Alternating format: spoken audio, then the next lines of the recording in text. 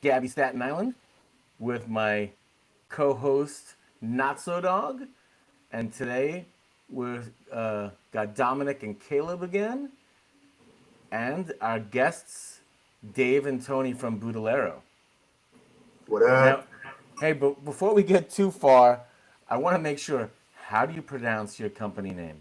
Is it Budularo, Budularo, Budularo. Budularo? All It's like right, a guy that is into buds. alrighty, cool. The Budularo. It's a Spanish weed nerd designation. Is It that what it started out actually as means? budular, though. It's what I used to call pounds that I saw that were more budular. Budular. So they were more saleable at the time.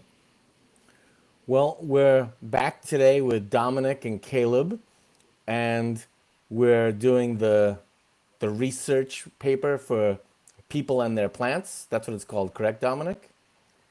Legacy Genetics, People and Their Plants is the project. I have to be also kind of clear that like for the podcast, it's the same exact kind of interview, but also because if I'm officially doing something with the PI hat, like there has to be IRB forms and like anonymity and so forth.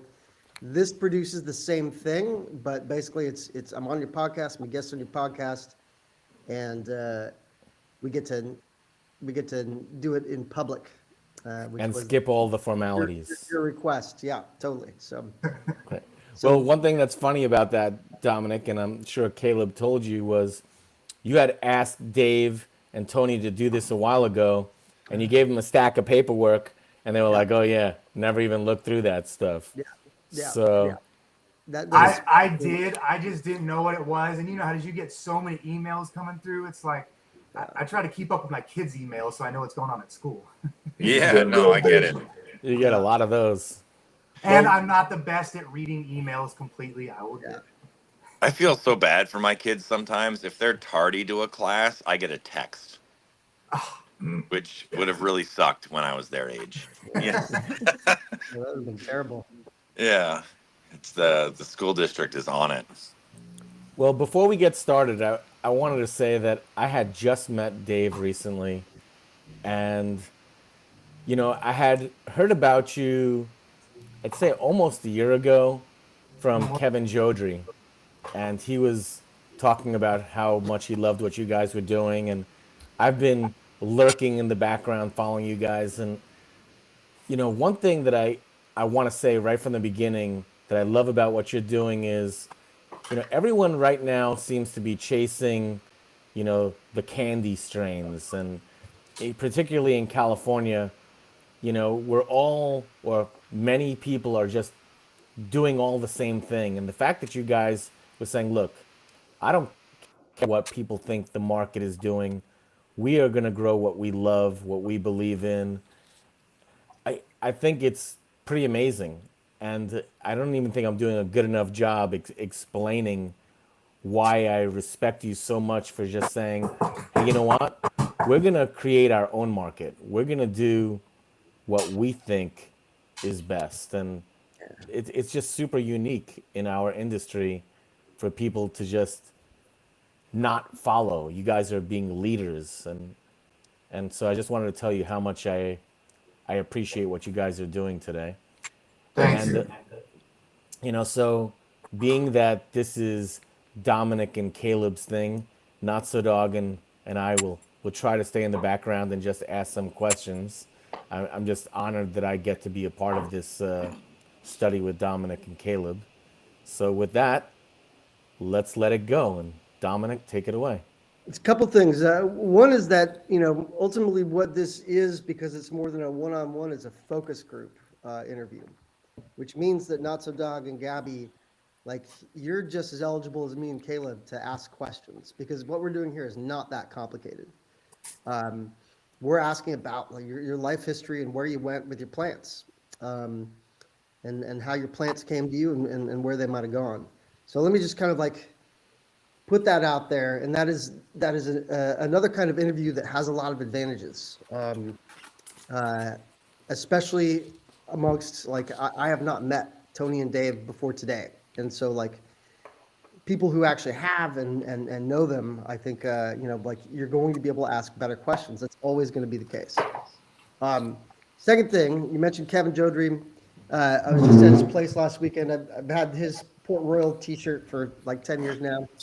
And I am smoking some Durban poison that he grew from some seeds, I think out of Colorado, actually, but grew them in Miranda, his backyard. So there's a lot less of it today than there was last weekend, but farm cut style is how it arrives to my reserve. Great. So with that said, also, I also this time I want to be extra careful. I want Caleb, I want you weighing in and asking questions, and sometimes after For sure. But let's make sure Caleb is participating because he likes to take notes, and that's awesome and it's helpful to me. But I also would love for us to make sure that Caleb's asking some questions. But how we start is pretty simple, and it's a little bit complicated because there's the two of you, and I guess we probably out of respect for our elders, start with Tony, which is what's your family background, where are you from, and how did you come to meet the plant? My background is from another country in the Mediterranean, the little island Malta, and moved to San Francisco and grew up in the 60s, the late 50s and 60s in San Francisco. And in the Portola district over on the sunny side of the city. And we always had a garden and stuff. So I was always into plants and didn't know at the time, but my future passion would be in plants. And I found that through growing herb and worked in the horticulture industry for a lot of years. So Malta, can you help explain to us how is it that you start out in Malta? I was born there. My parents are Maltese. I'm Maltese. So Okay. yeah, I got my citizenship over here when I was 12 and, have been here. I've been over there a few times to visit, but it's a Mediterranean climate and it's pretty much a rock. It's there's not a lot of soil on it, and the gardening and farming techniques that they use are all old school organic techniques. And I, through my dad, growing up in San Francisco and having a garden all the time, we always grew our own vegetables. We raised rabbits and ate them, and so I kind of grew up with that and learned how to use animal manures and plants for fertilizer, and I've just kind of kept up with that. And so what did your dad do for a living? My dad, when he came over, he worked at a lumber yard and drove trucks and forklifts all his life, working hard. And so, yeah, at Goodman Lumber in San Francisco. And Allwood, I worked at Allwood Doors, and yeah, over there in that industrial part of San Francisco. Yeah. And so you help me in terms of your age here. You said you came out of San Francisco in the 50s.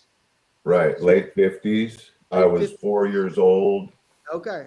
And so I grew up in San Francisco during the late 50s, early 60s. And then, let's see. Are you 75?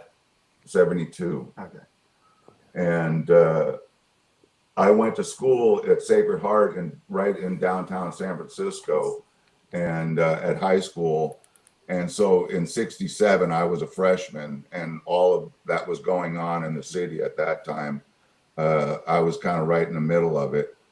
And I started being curious about herb, and because it was a plant and that, it could be, grown. I thought at the time that it could only be grown in the tropics, but after growing it, starting plants from bag seed, Mexican bag seed in the bathroom at my parents' house, and growing it as big as I could just out of curiosity, and wondering how they got it to make buds. Because it always, because the lights were going on and off all the time, it never flowered. It stayed in veg. And so it took me a while. And back then it was just, having the right situation to where you could actually finish a plant was not an easy thing. You had to do it either guerrilla style or, somewhere out in the middle of nowhere. And so I started doing that. After I moved from San Francisco to San Bruno, I moved into a public high school because I was going to a Catholic high school, all boys in San Francisco at Sacred Heart. And then I moved to Crestmore and there was a lot of like proto hippie kids at that school. And there was a place called, we called it Shady Grove over the hill across the street from the school where everybody went to smoke. And I was there one day and a guy was smoking a joint and I smelled it. And I was sitting there and he comes over and says, "Hey, you want the rest of this?" And I said, "Sure." And I smoked it. I've told this story before. And it got me high, like for the first time, really high. And it just opened up my mind in ways that it's never been opened before. And I started seeing things that, kind of made me want to, commit myself to this plant right at that time, because I thought, how could alcohol be legal and this be illegal when it makes me feel like this so good that I've never felt like this. And alcohol, when I tried it, made me want to puke. So I just, at that time, just put my foot down and said, this plant was going to be with me for the rest of my life. And from then I moved down to Modesto area, lived out along the Stanislaus River in a peach orchard. And I was, I was in a group of people that were bringing herb into the country from Mexico. And guy had a sailboat. He'd go down there and bring herb back. So I was seeing all kinds of really, really nice, unbricked weed. It came loose and wasn't all smashed up, and was different batches from different areas that they would bring their product into a warehouse somewhere in Mexico. And this guy would go down there and load them up into his boat and bring them back. So I was collecting seeds from all of those and then planting them along the river. And not in the river or closer than 200 feet. Along the river, there'd be in this one area where there was a big bend in the Stanislaus River, there was a river bottom area where it was all just kind of sandy, loamy soil that was actually really beautiful silt soil, and some trees and ponds that it would flood in the winter and the ponds would fill up, and then in the summer they would slowly go down, but the water level would stay that the plants could reach it. So I would me and a friend would go in there and scatter seeds and plant plants. And the first year of coming out with really good herb, realized that we could grow some really good herb here, and got it to finish on time. And it was, mind-blowing good. So I, at that time, started growing Colombian. It was at the time when they started spraying in Mexico with paraquat, and everybody stopped smoking Mexican weed because the paraquat scare. So weed started coming in from Colombia, and this other guy in the group had connections for the Colombian. So we were getting the best Colombian weed around, and it was mind-blowing good. And so I was growing that, or trying to grow that in the back of my house in the peach orchard. And, the plants would get, 15 or 20 feet tall, and, but they wouldn't finish. They wouldn't finish properly. They would start flowering, and then, the winter would come and the days would get way too short for them to have any type of good finish. So I decided then, I'm going to go somewhere where I could grow it without all the paranoia and the hassles, and that was Humboldt. So I moved up to Humboldt in '79, up to Brannon Mountain in Willow Creek, and Oh, wow.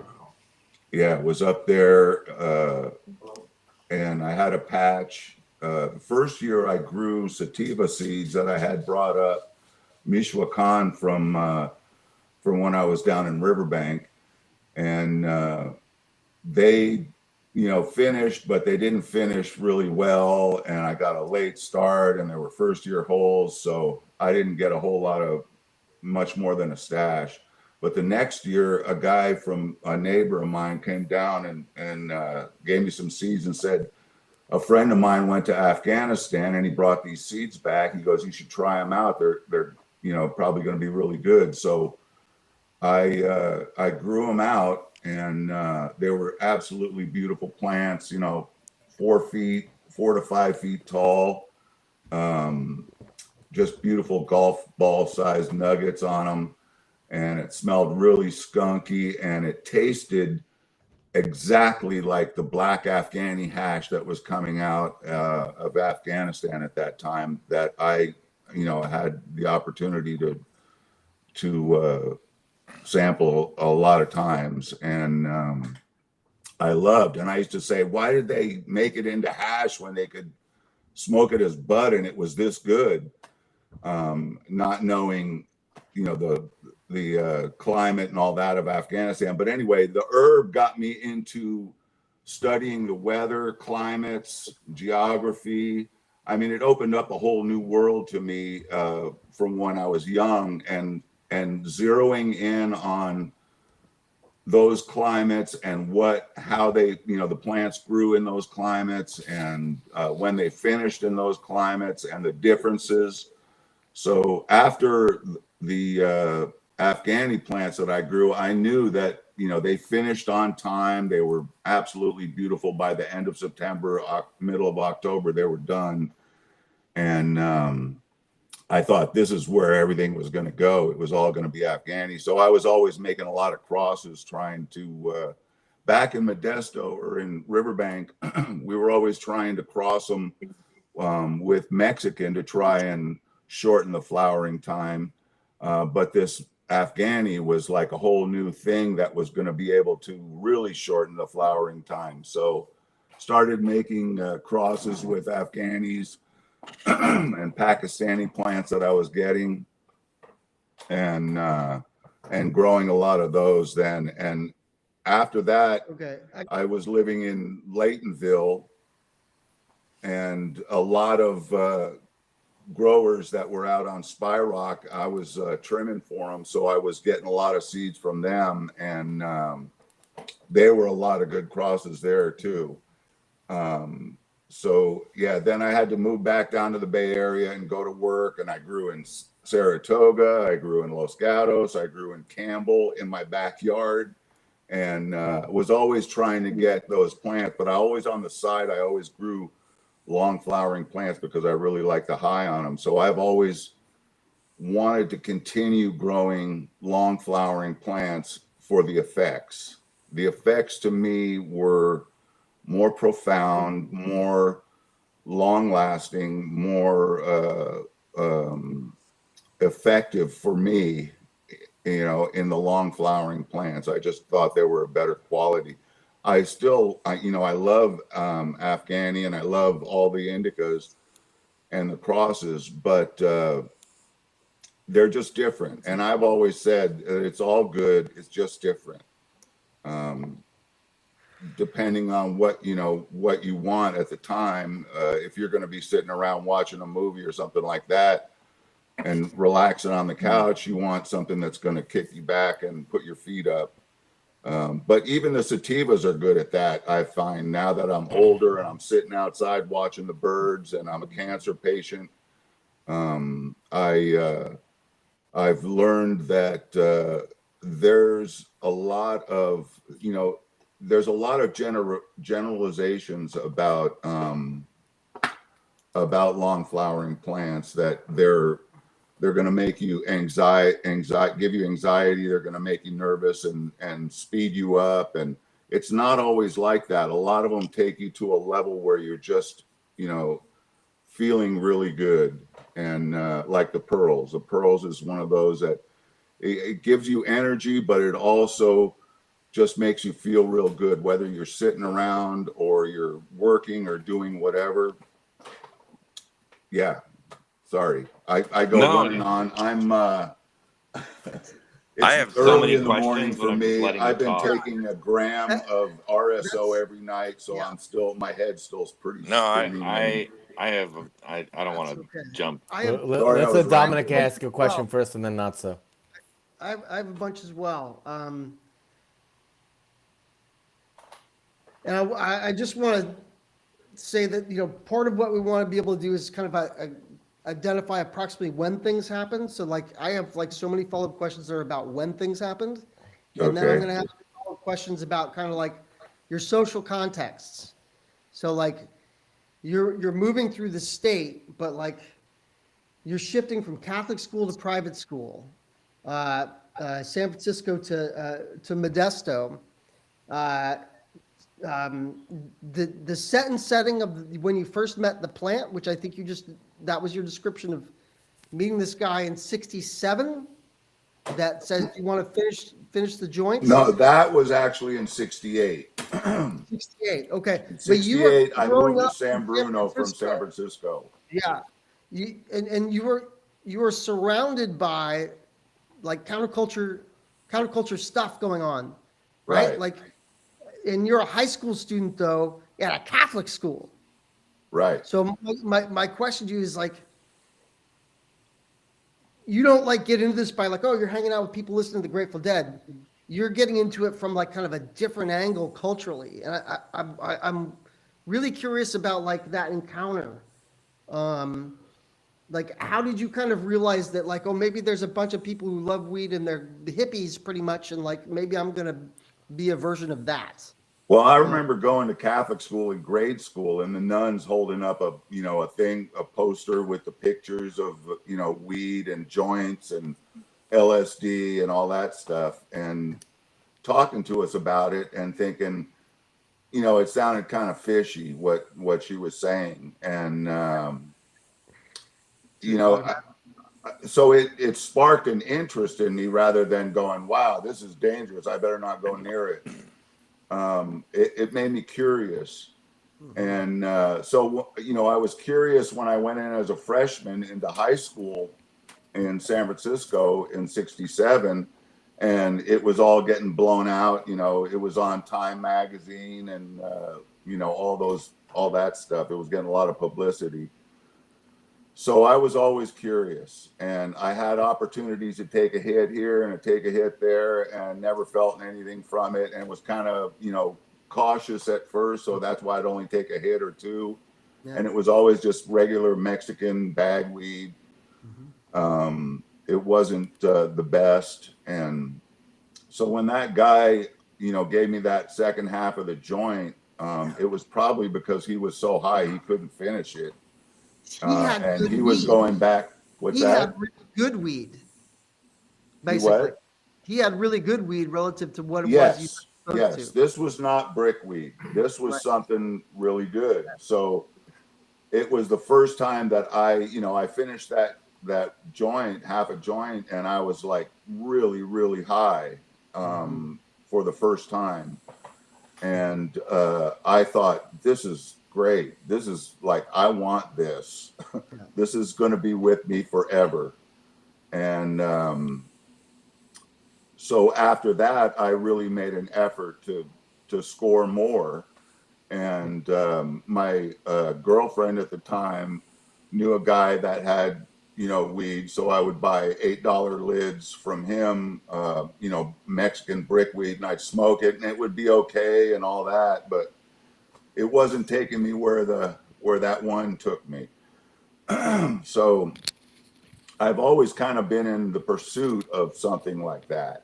The closest I've gotten, and the two best that I smoked were the Thai and the Colombian. And I've smoked some great Mexicans and some great Jamaican plants and Panama and, a lot of different things. But the Thai and the Colombian really, really, really stood out. They were And where did you get those? momentous. When was that?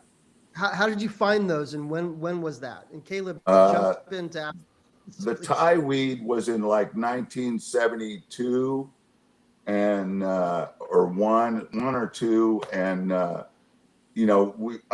just moved down to Modesto, and these friends came over that I was working with, from this same crew that I got in with that had all this exotic weed that was coming in, and they had a baggie with a few Thai sticks in it.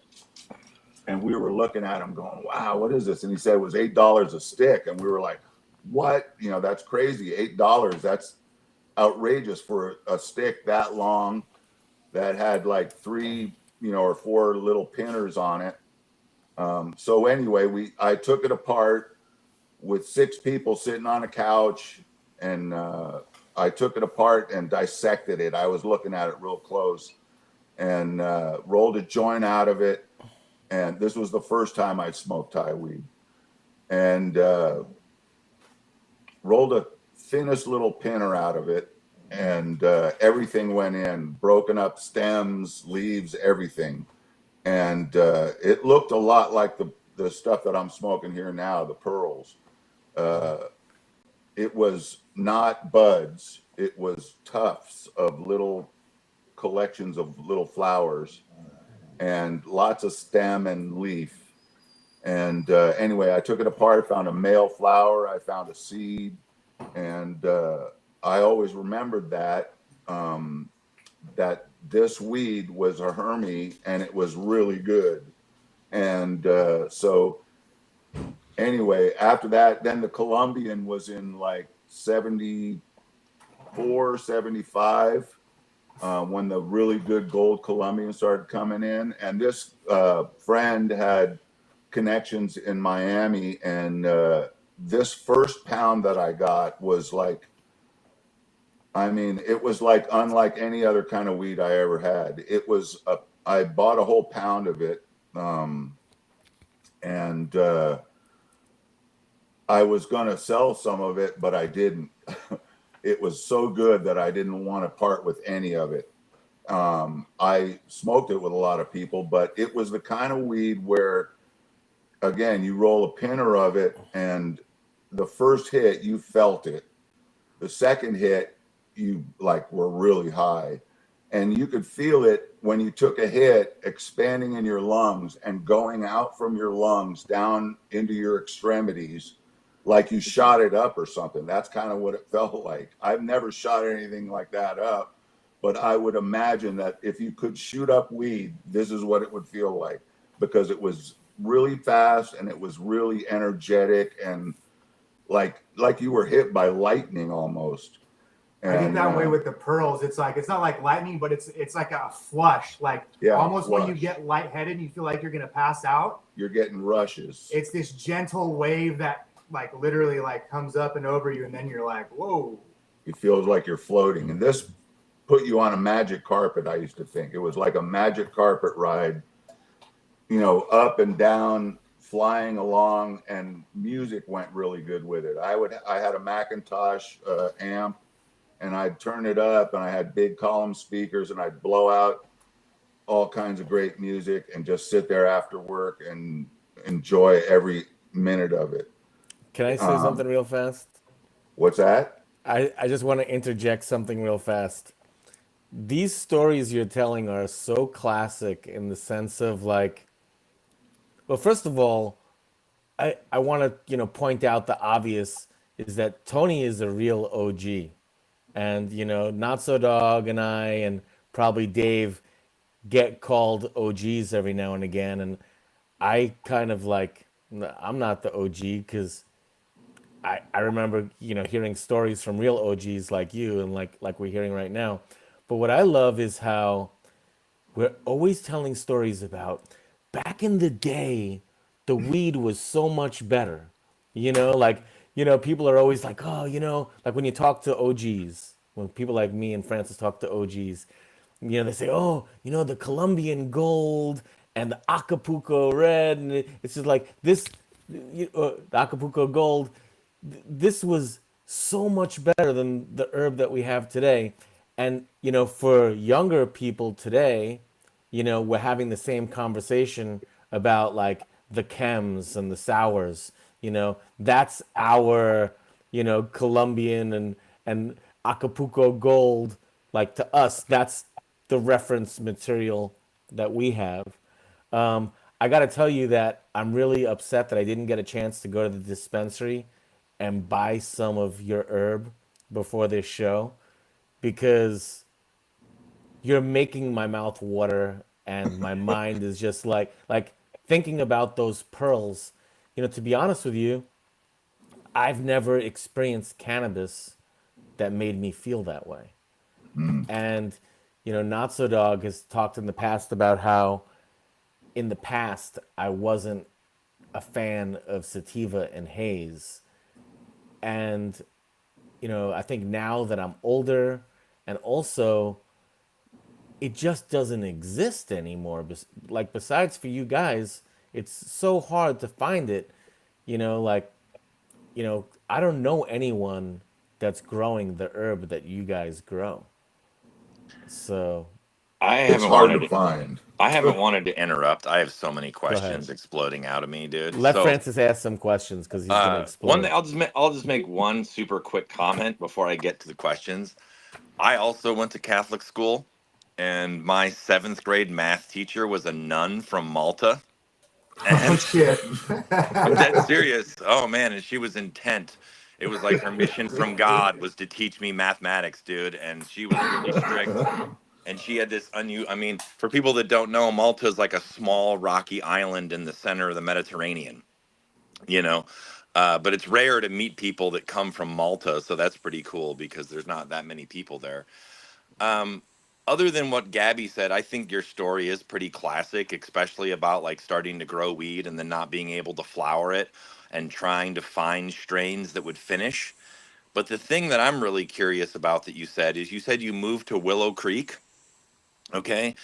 I would like to know what year that was. And I would just like to say for people listening, because they might not be familiar with our area, that Willow Creek is it's a tiny little town on the northeastern Humboldt Trinity border. But depending on what year he says, I'm super curious what life was like, what the people were like, what the community was like in Willow Creek. Were you there in the 70s before the helicopters started flying? Were you Yeah, there during Prohibition when camp was really going around? If you could talk for a bit about what your life or what the growing community was like in Willow Creek and when it was, I would love to hear that. sure. A lot of, I lived on Brannon Mountain. We got 40 acres, moved up there. We bought it with another family, me, my wife, and my daughter, 1 month old, moved up there in 1979 and we're camping out with a 1 month old baby, pulling water out of Willow Creek to drink in a 50-gallon drum, and yeah, camping out in a 2-man JanSport trail wedge out in the woods. Quite an experience, and developing water for a patch and developing a patch. And yeah, I got seeds. Like I said, my first indica seed. I'd smoked indica before that down in the valley when I was down there, but it was mostly in hash form. We got a lot of really good hash down there, Temple Balls and Afghani and Pakistani hash. So I smoked a lot of hash, but I hadn't grown or smoked the weed. So moving up to Willow Creek in '79, and the scene up there was families from Southern California. Most of them were from LA area, and they all moved, back to the land kind of thing. And everybody kind of, exchanged seeds. We had to make seeds every year because there was nobody knew about how to make clones back then. So we always had to make seeds every year, and everybody always, traded or just, gifted seeds to each other every year from things that they made from their best plants. And nobody was calling themselves breeders at the time. It was all just making seeds. So And when you first got there in '79, that was before the helicopters were flying.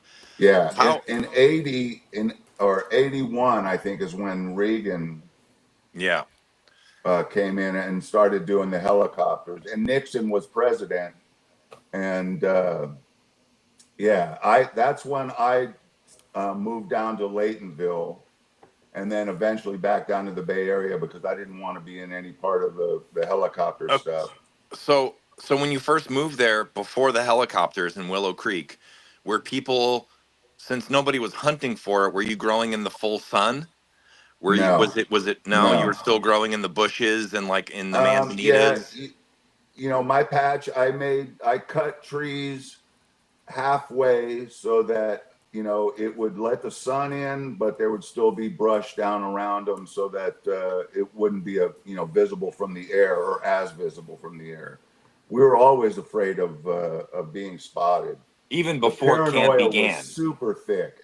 In Modesto or in Riverbank, when I was growing there and behind my house, I mean, the paranoia got to the point after 1 year that I just decided I'm moving to Humboldt just to get to breathe free again, somewhat.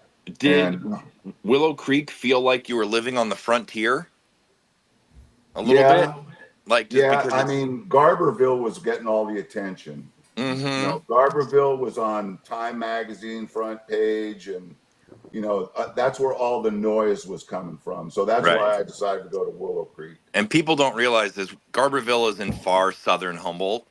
Willow Creek, like I said, is in the far northeastern corner. So it's a pretty good distance.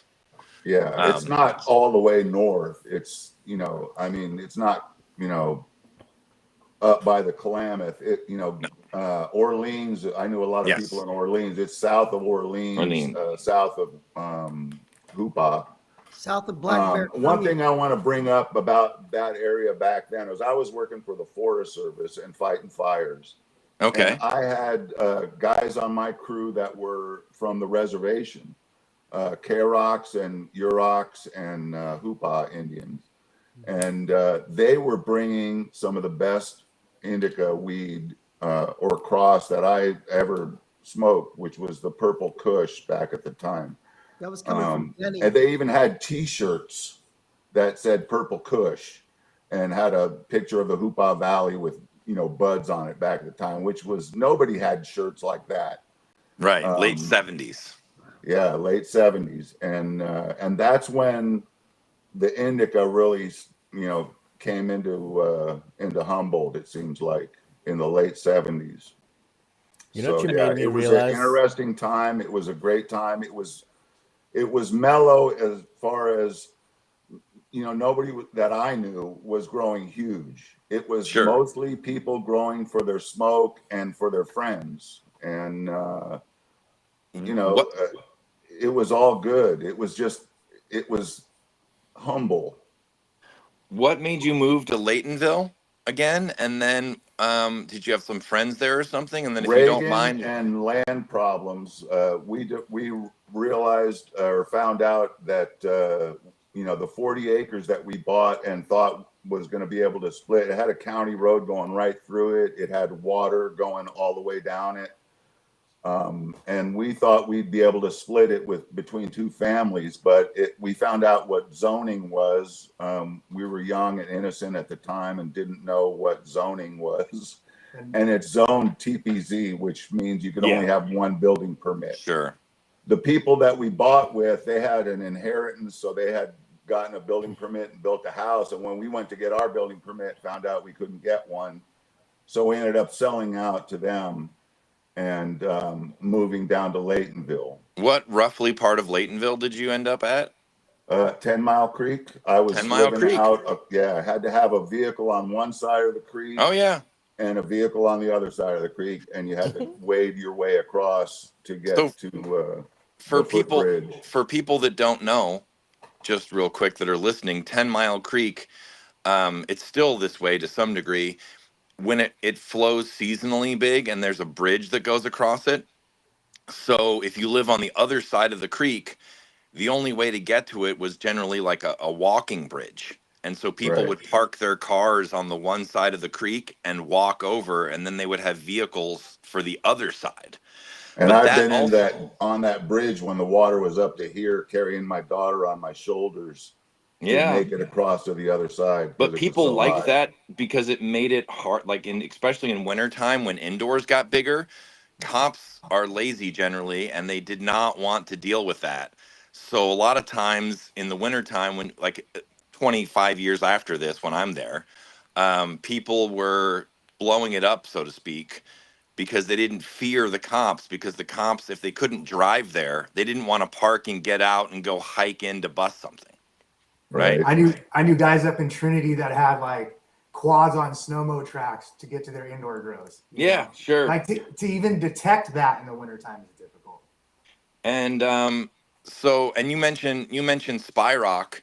Did you met people up in Spy Rock and stuff like that? Because to me, like Laytonville, obviously Laytonville, Northern Mendo, parts of Humboldt and stuff like that, that's sort of like the core of like what you're talking about. But a lot of people that were interested in weed started congregating in those areas, and those areas sort of became, to me at least, like the heartbeat of what would later become like the North American weed scene. Right. In my opinion, guys your age going to Spy Rock, going to Northern Humboldt, going to Garberville, like finding different spots because it was remote. And so it sounds like you were living in a tent or something similar to it in Willow Creek. So you were only there for a year or two, and then you we were shifted to there for a couple Laytonville. of years. Yep. And then moved to Laytonville, and then back down to the Bay Area. And I started working in doing interior landscaping in Silicon Valley. What made you leave Laytonville? Just we were living across 10 Mile Creek and we were renting at the time, and a job offer I got to work in a horticulture position opened up in the Bay Area, and I went down there and started work. So yeah, and was there and helicopters? then I started growing down there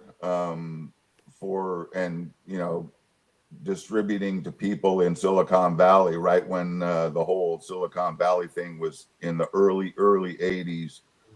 In 80, or let's see, it was 81, 82, around that time that I moved down there. So things were just starting to take off in Silicon Valley. Apple Computer wasn't even started yet.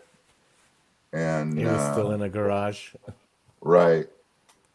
So a lot of people were starting to smoke those long flowering varieties that I had made crosses of, Jamaican crossed with that indica from that I was telling you about. Was a fantastic plant and made a great cross.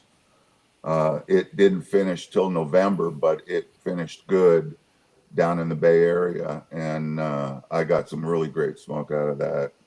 One more question, and then I'll shush and let other people talk for a second. When you were in Willow Creek and Laytonville, would you say, I know you mentioned that people were just starting to grow and get Afghani seeds, right? Mm-hmm. Which totally lines up with various other people your age that I've talked to.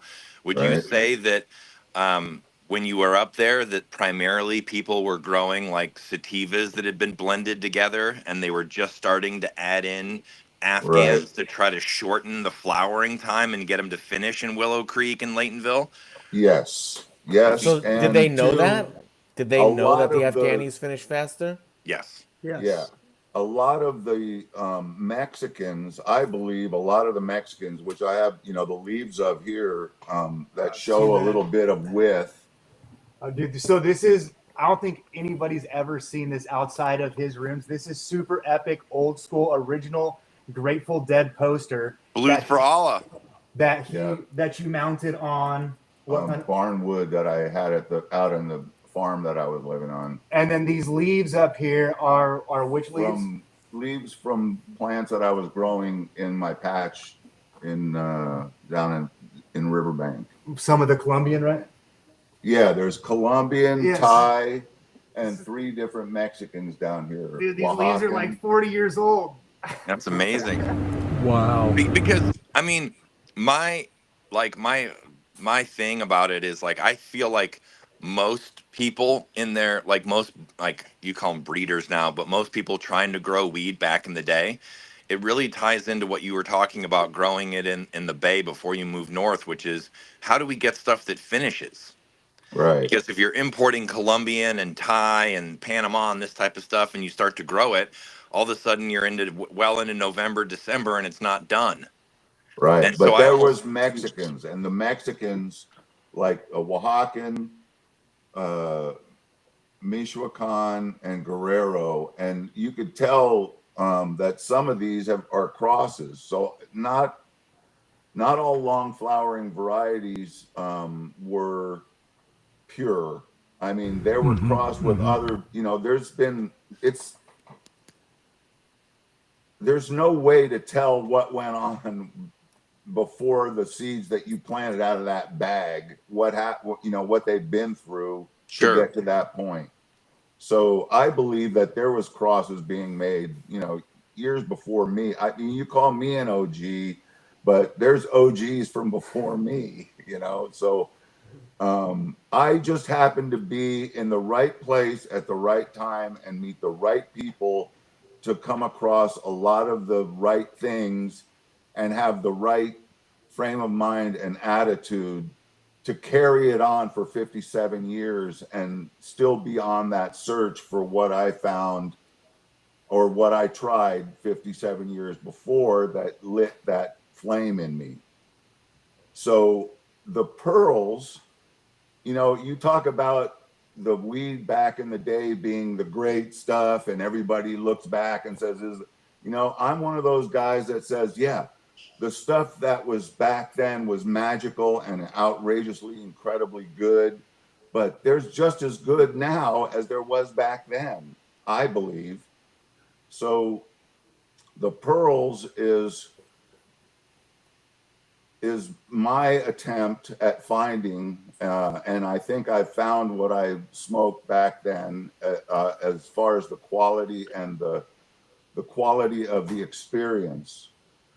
And, it was through a lot of trial and error to get to this point with a lot of adversity involved in that trial and error, just trying to get a place to finish something that went 16 to 20 weeks and have it come out anywhere close to near what it was in its original area that it was grown in took a lot of work, a lot of effort, a lot of persistence.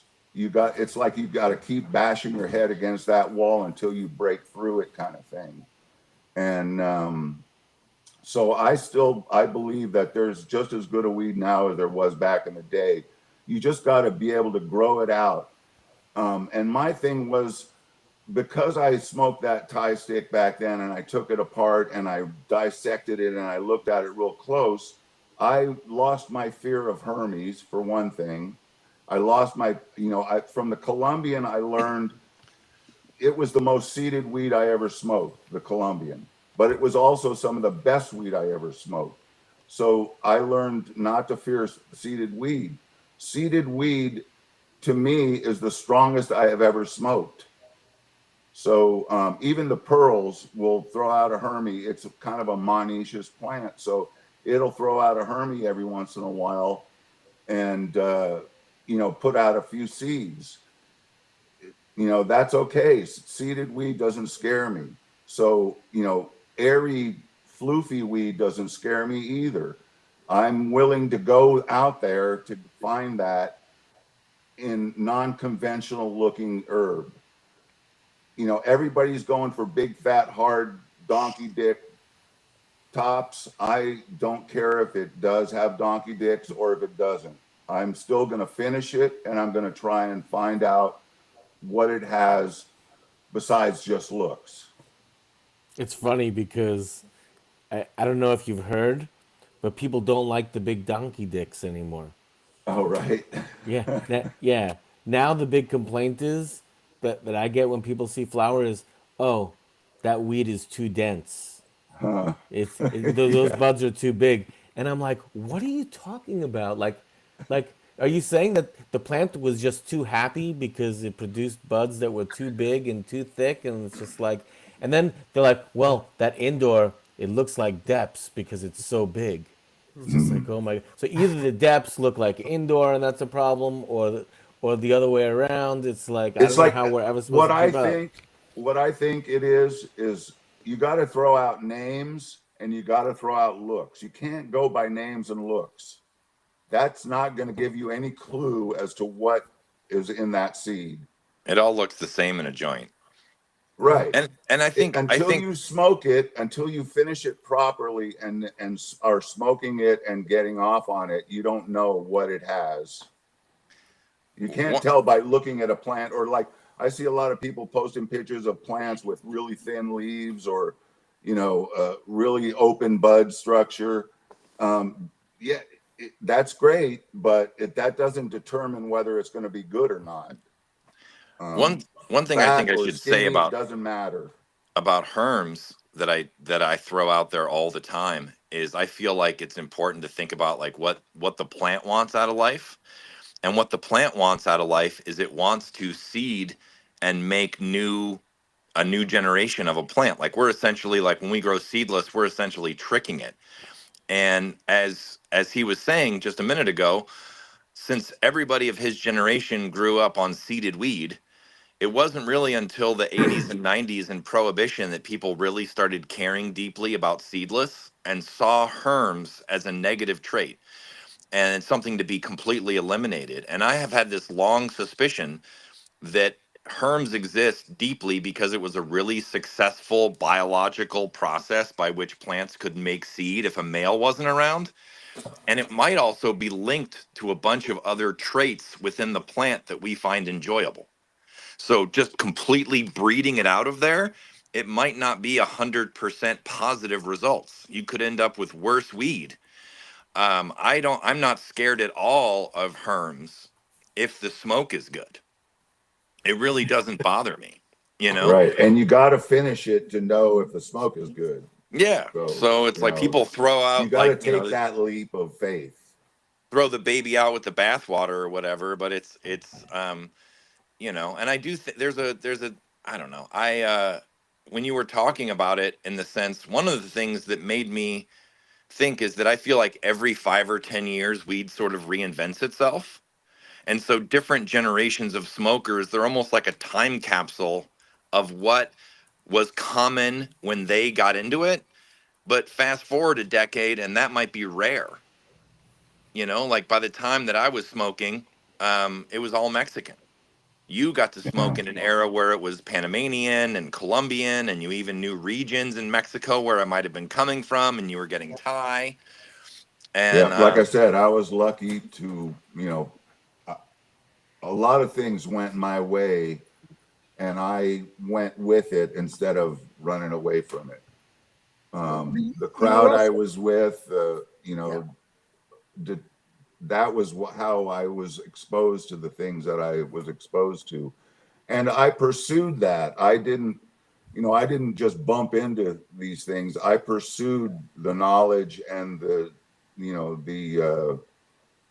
experience because of my past experience with the herb. I wanted to find again that same experience. So I I tried to do whatever I could to get to that. And it was just, in those days, it was just really hard. You know, you didn't have grow lights, you didn't have grow rooms, you had the sun, you had outside, you had, you know, it was like, there was a lot against you finishing that plant. And if it was an 8-week plant, you had a great reason, you had a great chance of success. But if it was a 16 to 20 week, it was very hard to finish it for a lot of reasons besides just growing it out and not getting bugs on it, or, you know, all the other things. It gets found. All the outside pressure was on you. And police and helicopters and thieves. Police, family, school, you know, I mean, jobs, you name it. It's just like today, only even worse back then, because, you know, it was coming up in the news all the time, and people were afraid of it because of the ignorance. People were afraid of it because of the fear of the unknown. Now it's pretty known. People are less, you know, it's becoming more known, so it's becoming less feared. Back then, it was like marijuana. You know, it was gonna, you know, rot your brain. It was gonna kill you. It was gonna make you do crazy stuff. So the whole scene was different. And finishing a plant back then was mountains of time harder than it is now. Is it? I just want to follow up on one thing real quick. You said when you were first growing in the Bay successfully before you moved to Willow Creek, you found a spot that was close enough to the water table that you were able to just plant and it watered itself? Right, in the river. Boy, was down that on the Stanislaus River, not in San Francisco. I had moved to Riverbank, and it was along the Stanislaus River. The river would flood in the wintertime. It would, you know, fill up and flood this river bottom. And then when it would recede in the spring, these ponds would be left in the area that was flooded. And the water would stay in these ponds through most of the summer. It would go down as you know, summer went on, but the roots always went down to where the water was. And, you know, not all of them made it, but some of them did.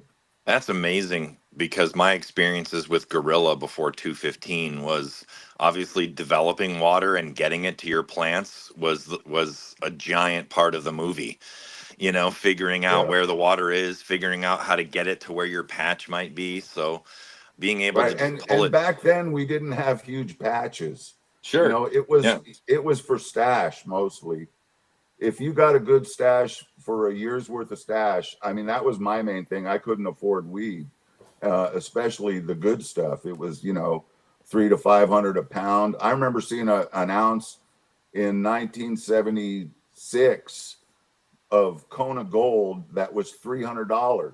This is more expensive then than it is now. Yeah, that's crazy. 1976. So well, they were talking to follow up on that, like the guys in Santa Cruz that were sending their haze to New York to smoke. Those stockbrokers and rich guys in New York were paying like $200 an ounce in the mid 70s. Yeah. Which I did the inflation calculator, and it's like almost $1,000 today. Right. You know, so it was really a treat. You know. Yeah, and then once people started finding out that they could make, you know, that they could make money doing it, then, you know, and then really it didn't go nuts until after 215, and then things got really crazy. People started blowing it up way too big and causing problems. Caleb, Has a question. You feel like you should have questions. You're on mute, sir, so we can't hear you. There you go. Now you're back. There we go. I wanted to ask about the first Afghanis and Pakistanis that you received in seed form. Like, what was the size of those seed batches? And like, did you ever hear of anybody having any no-high experiences when growing those first drops of the Afghani and Paki? Not no high. I remember, some plants on crosses that I made that weren't as good as the original. But I don't remember any of them that were no high. I mean, it's like I said, it's all good, just different. Some get you high in a different way, it seems like, than others. Yeah, what was the first part of the question? What were the sizes of the seed Oh. batches that you were receiving? The first time I got seeds, I got probably 20 or 30 seeds from a guy that brought them back from Afghanistan. He was out there on a hippie trail and brought them back. And and then, like I said, everybody on the mountain back then had patches. Nobody that I knew was growing huge. It was all mostly for stash and close friends and stuff like that. So there was no really, big seed hunts or anything like that, or pheno hunts. I mean, I would say even when I moved to Mendo in the 90s, it was still a seed culture. People didn't really keep clones. People bred every year and kept seeds and traded seeds, and there was often one or two nerds on a particular hill or a particular street that would pretty much supply a lot of the neighborhood, that they would be more into it than others. And then anyone that had anything that worked particularly well for their hill or their little microclimate, they would get spread out more. And so that ties in really strongly of just, people traded seeds. People didn't keep cultivars. They didn't keep cuts. They just grew and tried to improve their little seed line. Yeah, cuts didn't, from what I've grown a lot of different cuts. I've had access to just about everything that was online. I've been online since the early 2000s, and on the there was some great cuts, but the cuts were always somebody's interpretation of what they thought was good.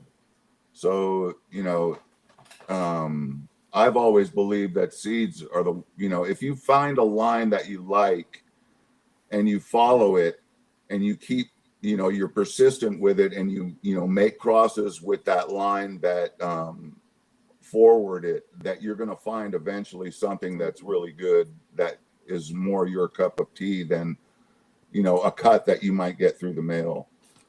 I was more interested in seeds that I was getting from like the Vibes Collective and people in Europe, because they were more into those long flowering varieties and crosses that were more towards the sativa long flowering side than the shorter ones.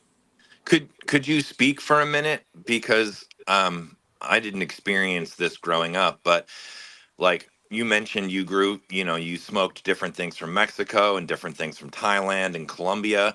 Did you notice like effects wise or, high wise differences from those regions? Did you have big preferences where you were like way more excited to get Thai than Panamanian or vice versa?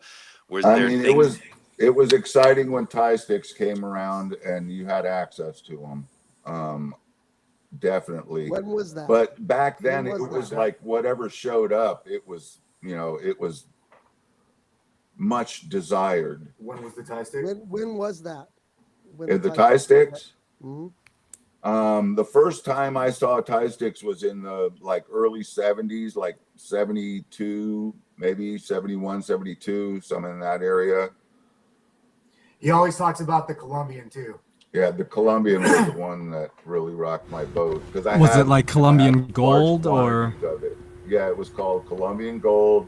It was nickel and dime size little nugs that were mostly seed, and they were brownish, reddish brown looking with really thin little gold leaves, kind of like fingers wrapped around the bud. And it was some of the best weed I ever smoked. Did you see the Colombian become seedless over time?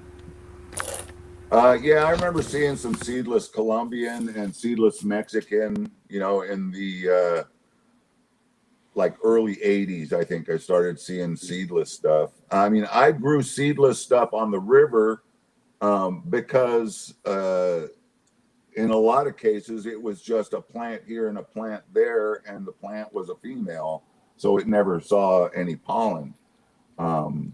But really, you know, like I said, I've had seeded weed that was way better than unseeded weed.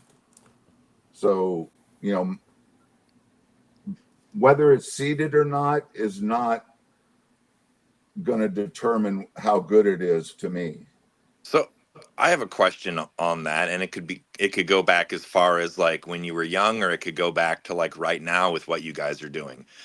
Do you notice a high difference, like, or like you know, I don't want to just sit there and say THC or like terpenes or whatever, but do you notice a difference in seeded weed versus non-seeded weed even today?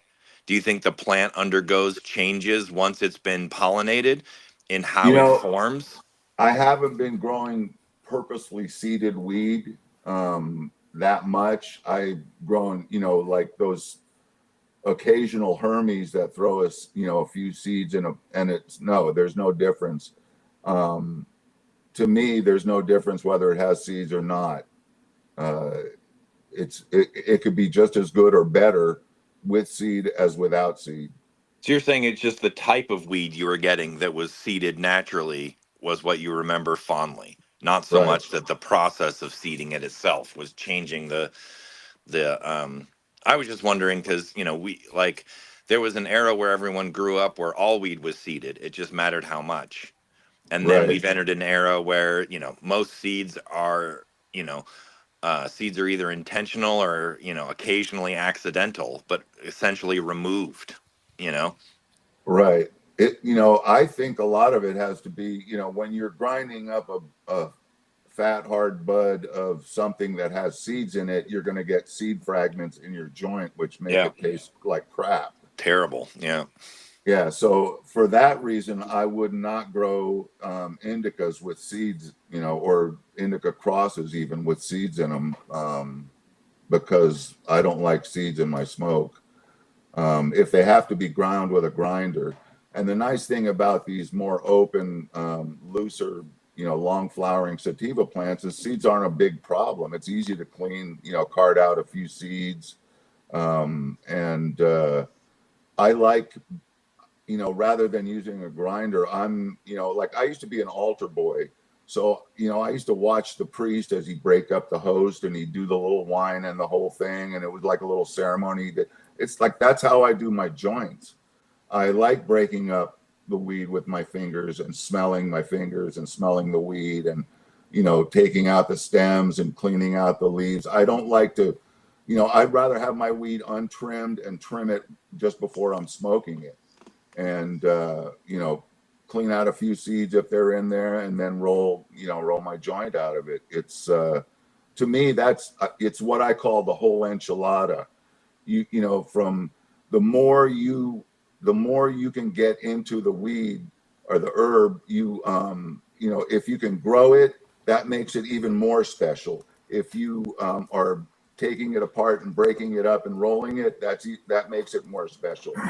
Everything that you do in contact with that herb before you light it and smoke it is going to make it more special than if you're just, you know, pulling out a cigarette and lighting it, you know. So You mentioned it, and I wanted to get your thoughts on it. Could you expand a little bit? You mentioned the Vibes Collective.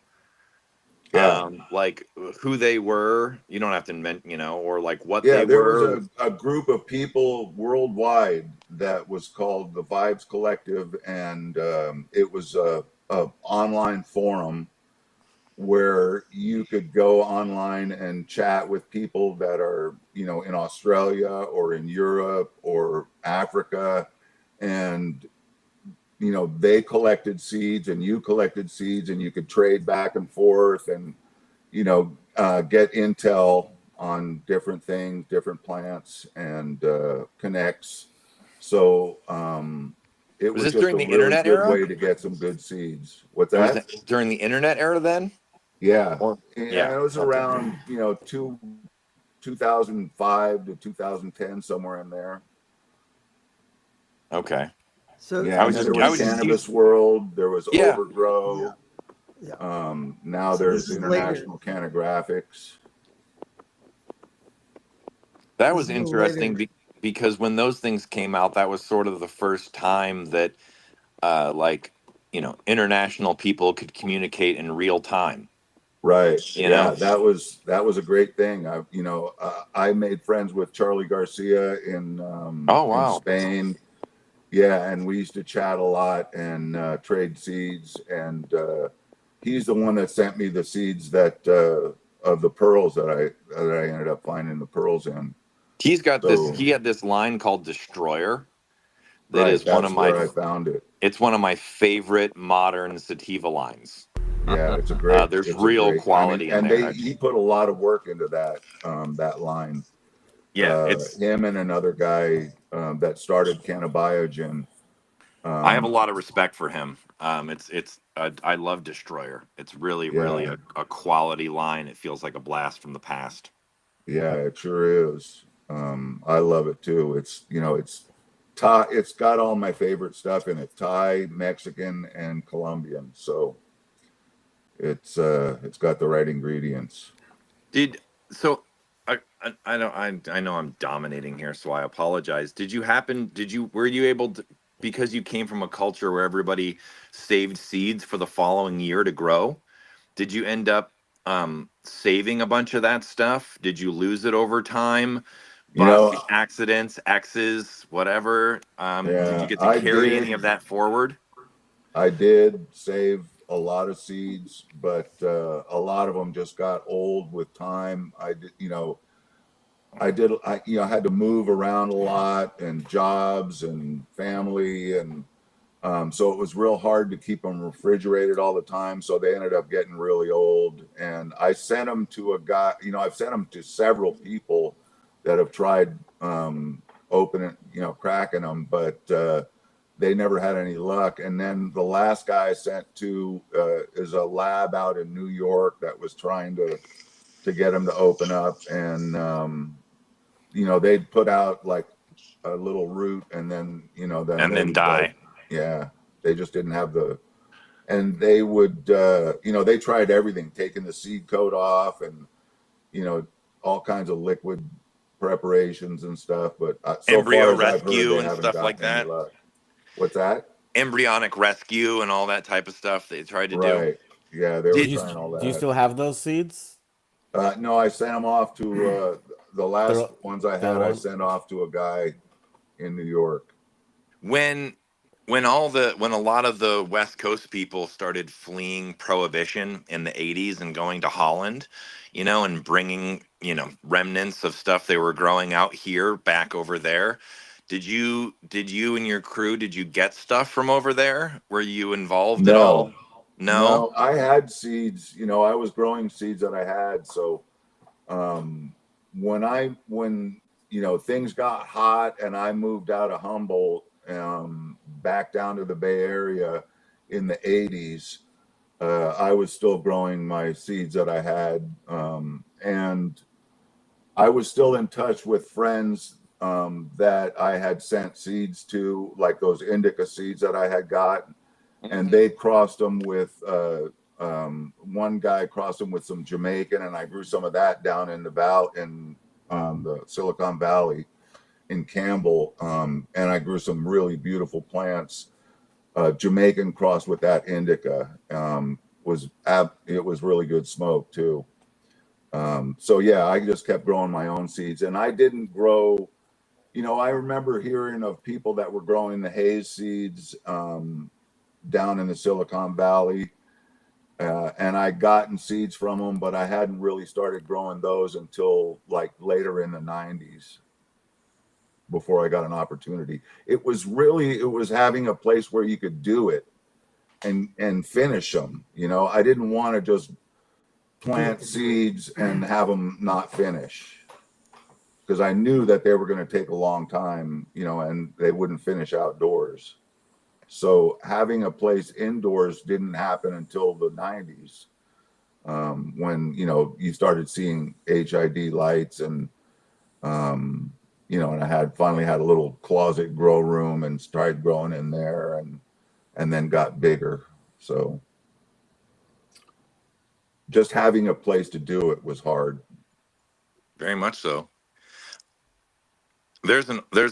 I know we were talking right before we went live, you know, about rivers and stuff like that. There's a guy I know that's a little older than you probably, that also grew like in Potter Valley along the Eel, and he was telling me kind of the same thing, that you know, he grew in a riverbank, you know, and the tap roots would hit water, and he was lucky if he pulled off 3 or 4 plants and got a pound or two, he felt Right. like he'd won the lottery. Yeah. Like, I don't think people realize like how small the early patches could be. I mean, some people were going big, but like a lot of times people were just trying to grow some smoke. They were just trying to get away with it. They Yeah. If were you could just, get a stash, that was a big accomplishment. yeah, he was like, if I ended up with a pound or a pound and a half, I was the hero in the neighborhood type of Yeah. thing. Yeah. Yeah. I mean, you know, just knowing somebody that had good weed was a big plus. And I have a buddy, most people know him as CSI Humboldt, you know, but he has stories because his father grew, and his Right. father worked at a mill. I can't remember which one. I think it was in Hayfork, but he worked at a lumber mill in the 70s in Trinity. And he has the same stories of Afghani seeds with people from like the hippie hashish trail that had gone over there coming back to Humboldt and northern Mendo. And 77, 78, 79 was sort of when people started spreading out these little 10, 20, 30 batches of seed at a time to various growers, and hey, try this Afghan. Yeah. So it lines up exactly with what you were saying, basically. Yeah. It's I pretty know cool. Caleb. You know, we talked a lot about it. So yeah, that time was, it was kind of, you know, from 75 to 80, like 75 to 85, or till the helicopter started flying. It was kind of a magical time without even knowing it because of all the paranoia involved. But it was a really good time, that, you know, when you look or able to look back at it. Yeah, I had a buddy. He'll remain nameless, but he told me that one of his neighbors was actually like the one of the first people that ever got camped, right? And because he lived on a certain hill with nobody could see it, he had these huge sativa plants that he said were so big that they cut him down with chainsaws Hmm. because the bases were so large, and he had no fear of anyone seeing it. So I think he was like an easy target when the helicopter started flying. Yeah, I Um, guess. Have but you ever like, read the book Smoke Screen? I have not. No. It's a book. If you get a chance, you should read it if you want to know about Colombian weed. Uh, it's this guy describes going, you know, discovering Colombian weed and going down to Colombia and trying to find the man. And he ends up going out to where they're growing it. And it was at night, and he walks through this forest at night to get to this place. And for hours they were walking through. And when he woke up in the morning, he realized that the forest that he was walking through was ganja plants, you know, 20 feet tall. And that's how those plants that I grew in down in the valley, the Colombian plants I grew behind my house, they started getting so tall. By the time they were mature, I had to get, you couldn't, I grew them out the back door in a closed in area, and you couldn't go out the back door anymore. You had to go up on the roof of the house and look, you know, to see the plants on top, you know, because they were sticking up above the house. They were Okay. so tall. Um, I have a couple questions too about like the way you guys made seeds, and I'll just start with like how people made seeds when I got here, which was typically people would sex plants, and then they would put all females in their patch, and the males would usually be in smaller pots somewhere downwind, and then they would collect pollen and bring it and pollinate certain branches of their favorite phenos, at least as far as look. and then that would be like their seed stock for the next year. When you first were in Willow Creek or 10 Mile or any of those places you were discussing before, could you talk for a minute about like how people made seeds, or like would people just let their whole patch go seeded and sell it? Would they just No, pollinate a few branches? Would they I keep the all males? I did was I just pollinate branches and then tag them, and Yeah. yeah, So you knew that usually was the like the seeded lower branch. branch. Yeah, and I would keep the pollen. I'd separate the males and plant, and keep the pollen separate, and then brush it on with a paintbrush. Because that was essentially like 25 years later or whatever, when I first got here, the guys on the hills that made the seed for their neighborhood or whatever, they would often take males and they would be downwind or in some shady patch that wasn't going to like just seed their whole crop, and then they would collect pollen from their favorite looking males and bring it over to their favorite females, and then brush it on and then put some tie tape or something with a marker so you knew that that branch was fully pollinated. And they would try to keep the majority of their plant seedless, but they would have these lower branches on their favorite phenos, Mm, and so they were basically slowly working the line year after year by taking some people would do single males and some people would mix the male pollen together of their favorite right. males and then just put them on certain branches of their favorite looking females, the ones that had the structure or smelled the nicest, or what. Is that pretty accurate to what you guys were doing then? Yep. Yeah. Okay. I don't know what other people were doing. I can't remember going into people's patches when they were pollinating plants, but I Sure. think it was pretty much the same. Yeah, the same kind of thing. And I would just collect pollen from all the males, and then take it to a female that I thought was going to be really good, or that I knew was going to be good, and pollinate some lower branches, and make a few hundred seeds. Not you know there was no seed sales back then, Yeah. and there was just people gifting seeds and trading seeds. And so you never, a film can, if you had a film can full of seeds, you had a zillion. So there wasn't people making seeds. There wasn't whole patches that I knew of that were being pollinated. There was just individual branches mostly. I would say Mendo was such a seed culture when I first moved here that the first time I ever even saw, I might have mentioned this on the previous one, but the first like 100 lighter I ever saw, they grew in beds indoor from seed.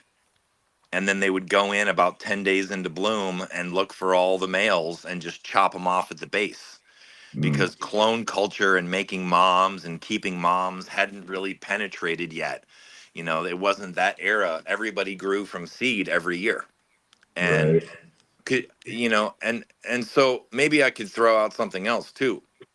Since you're all growing from seed, I would imagine that means that you had a bunch of mixed pheno bags, like pounds or smoke. Was there ones where you would just like um, smoke a nug, even if it was the same strain or whatever, and be like, oh my God, that one was special, and you just like hunt through your sack looking for more buds that looked like that because they were nicer? Yeah, but pretty much like, like when that guy gave me the Afghani seeds, I didn't, they were all good that I remember. I don't remember, separating one plant from another. They were all those plants of that Afghani were good. Some of the crosses I made sometimes would put out plants that, just weren't as good as the parents Hmm. or as the mom. And so I wouldn't continue on with those.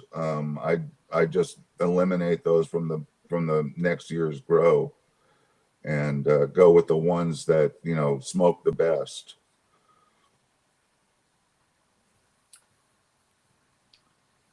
I I have a question since there's a pause in the questions, or actually, it's more of a comment. Yesterday, Notsodog was talking about like how he thanks Green Spoon for making those plants. And we were talking about before how, most people aren't going to let something grow that long. Or when you look at a strain like the pearls, we were talking about how, if you were seeing that within the first few weeks of flowering, generally, most people are going to throw that thing away. Right. It's like, how can I consider growing this? And you talked about like letting a plant go to maturity.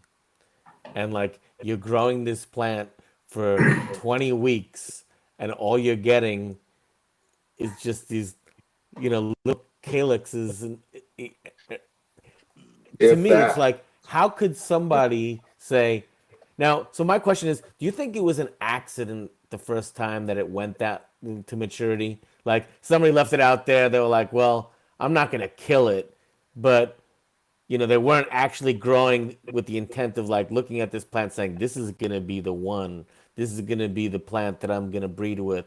This is, going to be.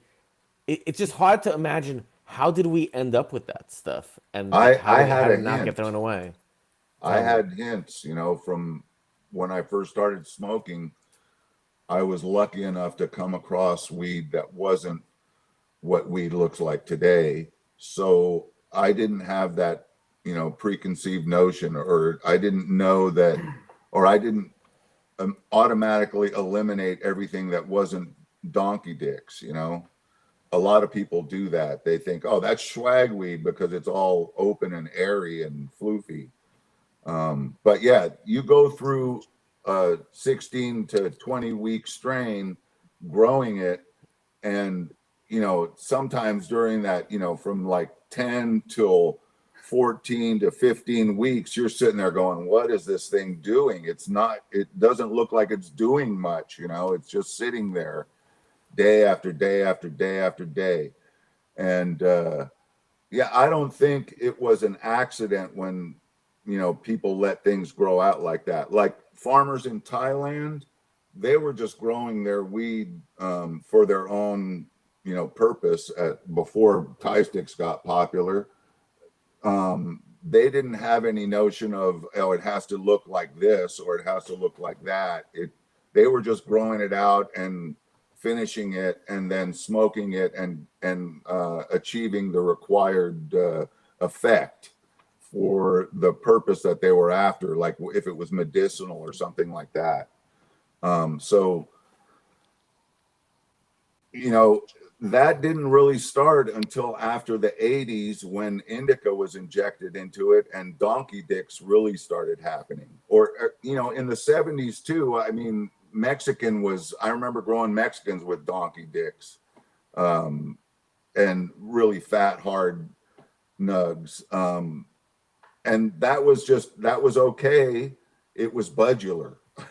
And the stuff that was more floofy, it was okay too. If it was good smoke, it didn't matter. If it was good smoke, nothing else mattered. It was desirable just because it was good smoke. Nobody was sitting there judging it by the way it looked or the way it grew. And you really, in the early days when you started doing that, you didn't know what you had until it was finished. And the whole objective then was just being able to finish it. Yeah. Either because of the situation with the cops or, where you were growing it, or because of the time it took to finish and the weather and the climate. So, it was just hard to reach that goal. And then when you did, if it was good, it didn't matter what it looked like. And I was able to experience that early enough that I kept that attitude as I, through the whole 57 years. I went through all the cuts and the great, chems, and I grew all the chems, every single one of them. And they were all really good. I thought, they're great. Like I said, it's all good, just different. And I didn't let looks cloud my perception.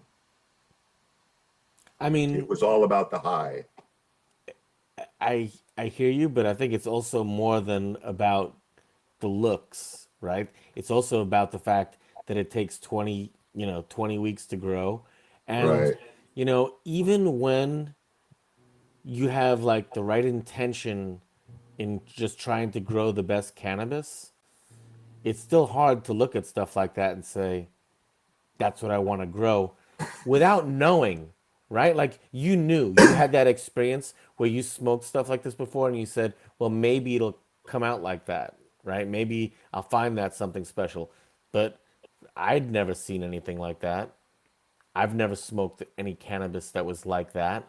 So, if I would have seen that in my initial gardens, I'd be like, this plant is clearly the one that has to get scrapped. Right. Most Well, people would So, call it. I think yeah. too, he has a deep background in other types of plants also. His knowledge of plants is unparalleled.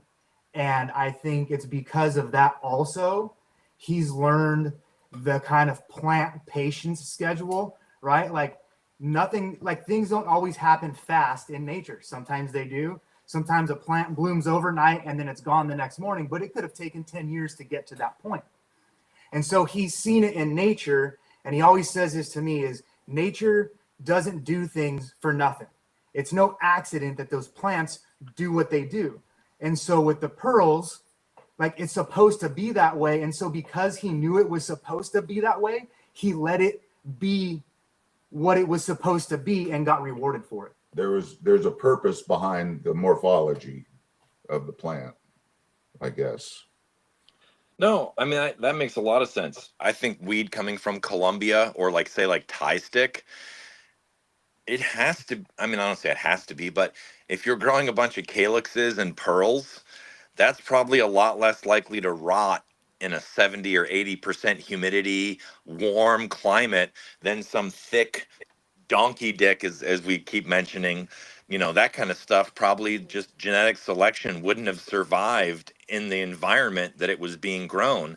And not that I ever saw it, but the pictures I see of Thai stick, it looks like the whole reason Thai stick existed was it was a way to take a bunch of pearls and a bunch of light loose herb and sort of like wrap it around a stick and make it tighter, right?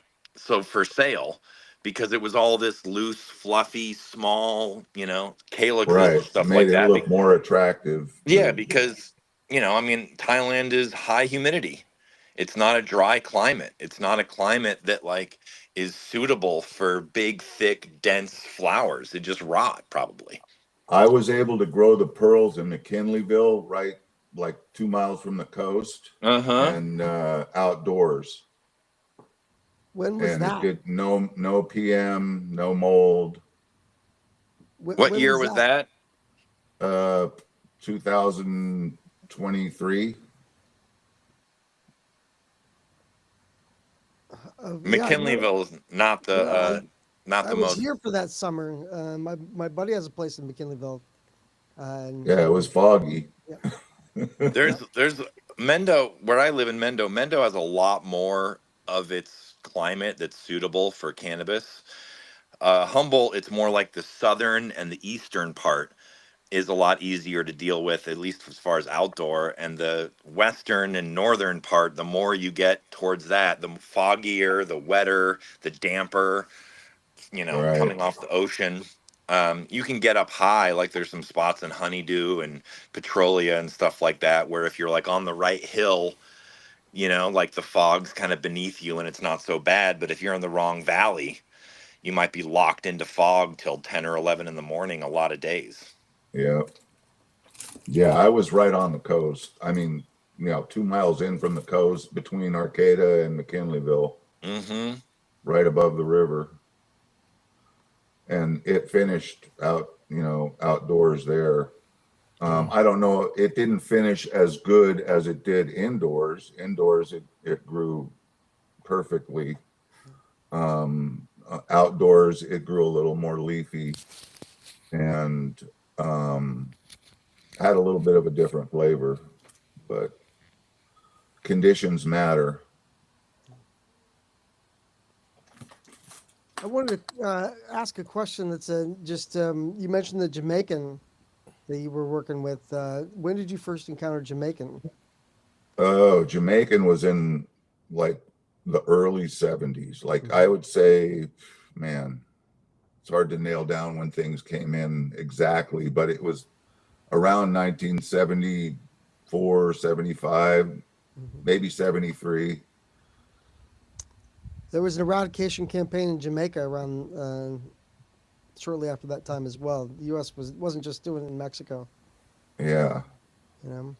Yeah, there was eradications all over. I mean, that when the DEA got together and started all its problems. Yeah.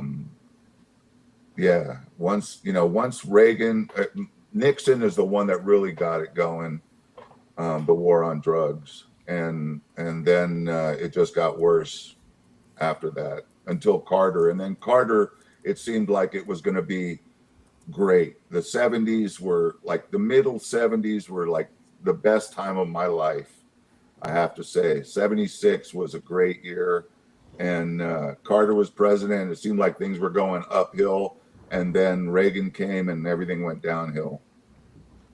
Yeah, I have a theory about why weed was so good in the 70s. That has to do with the set and setting. Because you guys were having a ball, you know, like so it made the weed extra good. Yeah. I mean, that's obviously I was in diapers in the 70s, so Caleb wasn't born yet. My experience was probably happily pooping my pants and hoping my mom had milk. So Hey, I have a quick question. Well, I want to start by saying, thank you to you guys and the others that are preserving these long-term sativas and hazes. But do you think that the broadleaf Afghans are at risk of being lost too? Because people aren't thinking about them as much? No, there's still people sending them out from Afghanistan, from what I've heard. There's fresh seeds coming all the time. I think it's the opposite. Yeah. I've never been of the mind that things are getting lost. They're all there. It's all the same genetics. You just have to fish them out, and it's where you go with your selections that are going to determine, what you're going to come up with. I do think, speaking of the 70s, that in a lot of ways people had it harder back then because the level of education was a lot less. Like we talked about, like when we did our interview about like how much like Rob Clark's book mattered, and just in terms of like, this is how the plant acts, this is the darkness it needs, like all this stuff that's like common knowledge now. It seems like when we're talking today, you had to figure that out, like and your friends did, sort of like year by year, like as you went. And like you only had 1 year. Yeah, you how to get it to multiple finish. grows. Why didn't it do this? Why didn't it do that? And so there's tons of stuff now that we just take as common knowledge that like your generation of pioneers, let's say, had to sort of like figure out trial and error wise, and before like what's the best way to put this? Back when kilos of cannabis was the most profitable thing to do, there was a lot of it coming from Colombia and Panama and the Caribbean and stuff like that.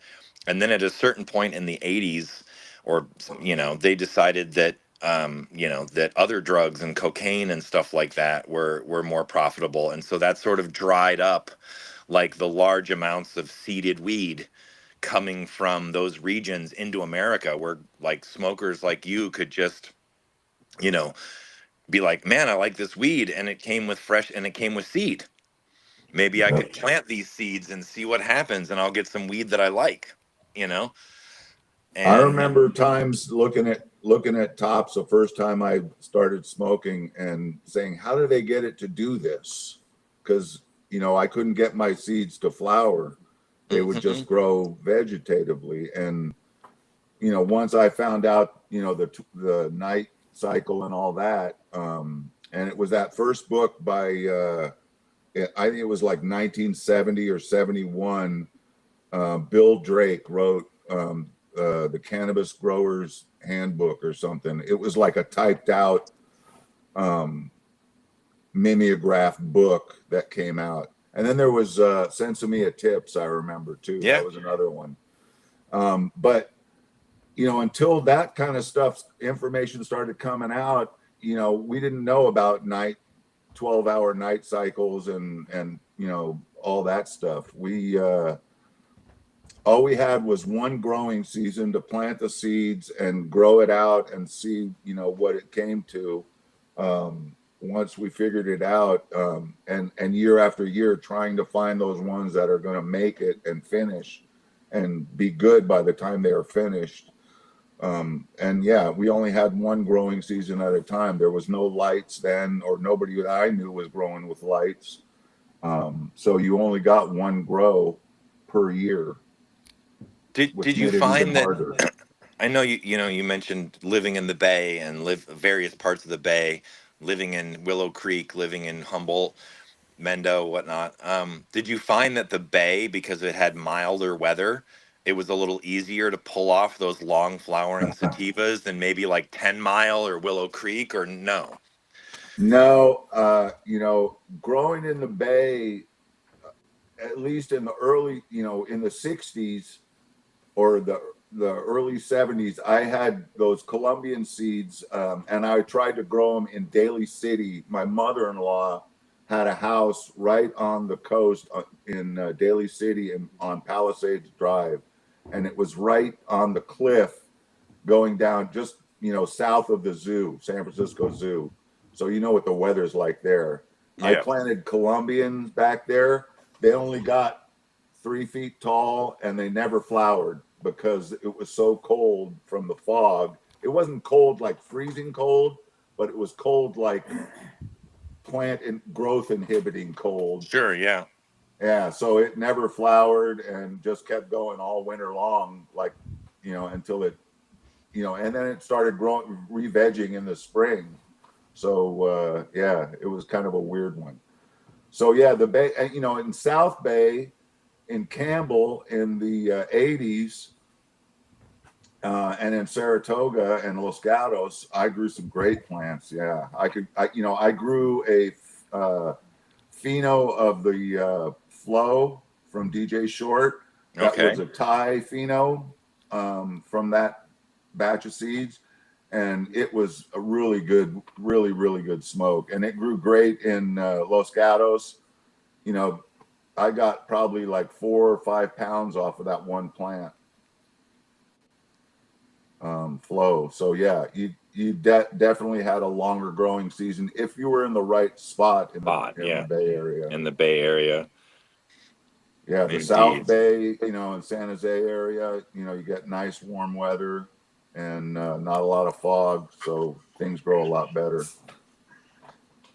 We did a episode with DJ Short, so for anyone out there who hasn't heard it yet, look at our Craft Growers Network.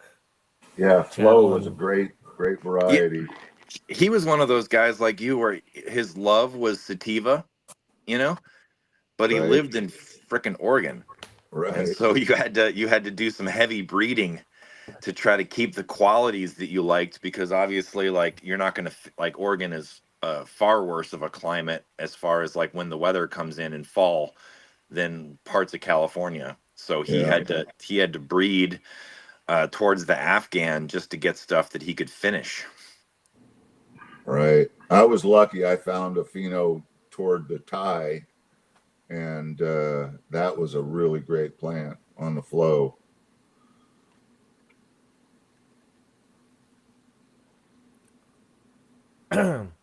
One thing I wanted to say is that I'm loving your stories, Tony, and we could listen to them for days, and I hope that we can and like follow up with another episode.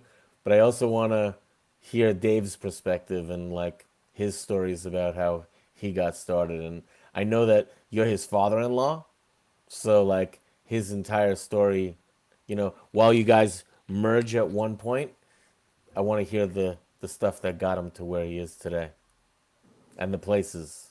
Yeah, so my first experience with the plant, I was drunk and 18. My best friend started smoking in 7th grade, and a lot of my friends were smoking their freshman year in high school. I grew up skateboarding and snowboarding, and along with my best friend, and Where did you grow up? in San Jose, San California. Jose. So San Jose, and your first interaction with herb was at 18? That was the first time I consumed it. And I had not really paid it much attention prior to that. I'd go snowboarding with my buddies. They'd want to take a smoke break in the trees. And I'm like, I didn't pay all this money to come sit in the trees. Let's go ride. I grew up in a Christian home. I went to church, every Sunday until I was probably a junior in high school. I didn't drink. I didn't smoke. I was a late bloomer at everything. And so, like I said, I was drunk the first time. A lot of my friends were waiting for this moment. I was the last one out of the group to do everything. There was a big group of us in my buddy's room. We were all drunk, and I smoked. In terms of like, did I get high? I'm sure I probably did. I was drunk, so the effects probably would have been minimal compared to like what I would have experienced sober. And then I smoked a few times after that. I think my most notable experience, we had gotten what I think was some blueberry because it smelled and tasted like blueberries. So it was 1999 in Santa Cruz. My buddy had a friend that he was like a street kid, maybe had some herb, happened to be some blueberry. I got really high. I was on the boardwalk in Santa Cruz walking in a circle, but in a very small radius, like in a 2-foot radius, just tight circle. I was super, super, super high. I haven't ever been that high ever again. And had some subsequent times smoking after that where I kind of caught that feeling. Got a DUI because I was a drinker. My dad was in the Navy, and he was a heavy drinker in the Navy. And I think he also did some drinking in his adult life. And I think he had a really high tolerance to understate it tremendously. And I think I kind of fell into that category also. So while I was smoking herb, I was also still drinking a bunch.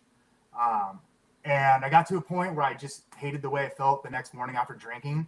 And so I pretty much quit drinking cold turkey after I turned 21, and just continued to smoke from then. And by then, when I was 21, I'd already started hustling a little bit from my head stash, trading herb for pipes that I had bought, that kind of stuff. And I had a friend I had met at snowboard camp after I graduated high school. Oddly enough, instead of going to Cancun and getting drunk, I went to snowboard camp.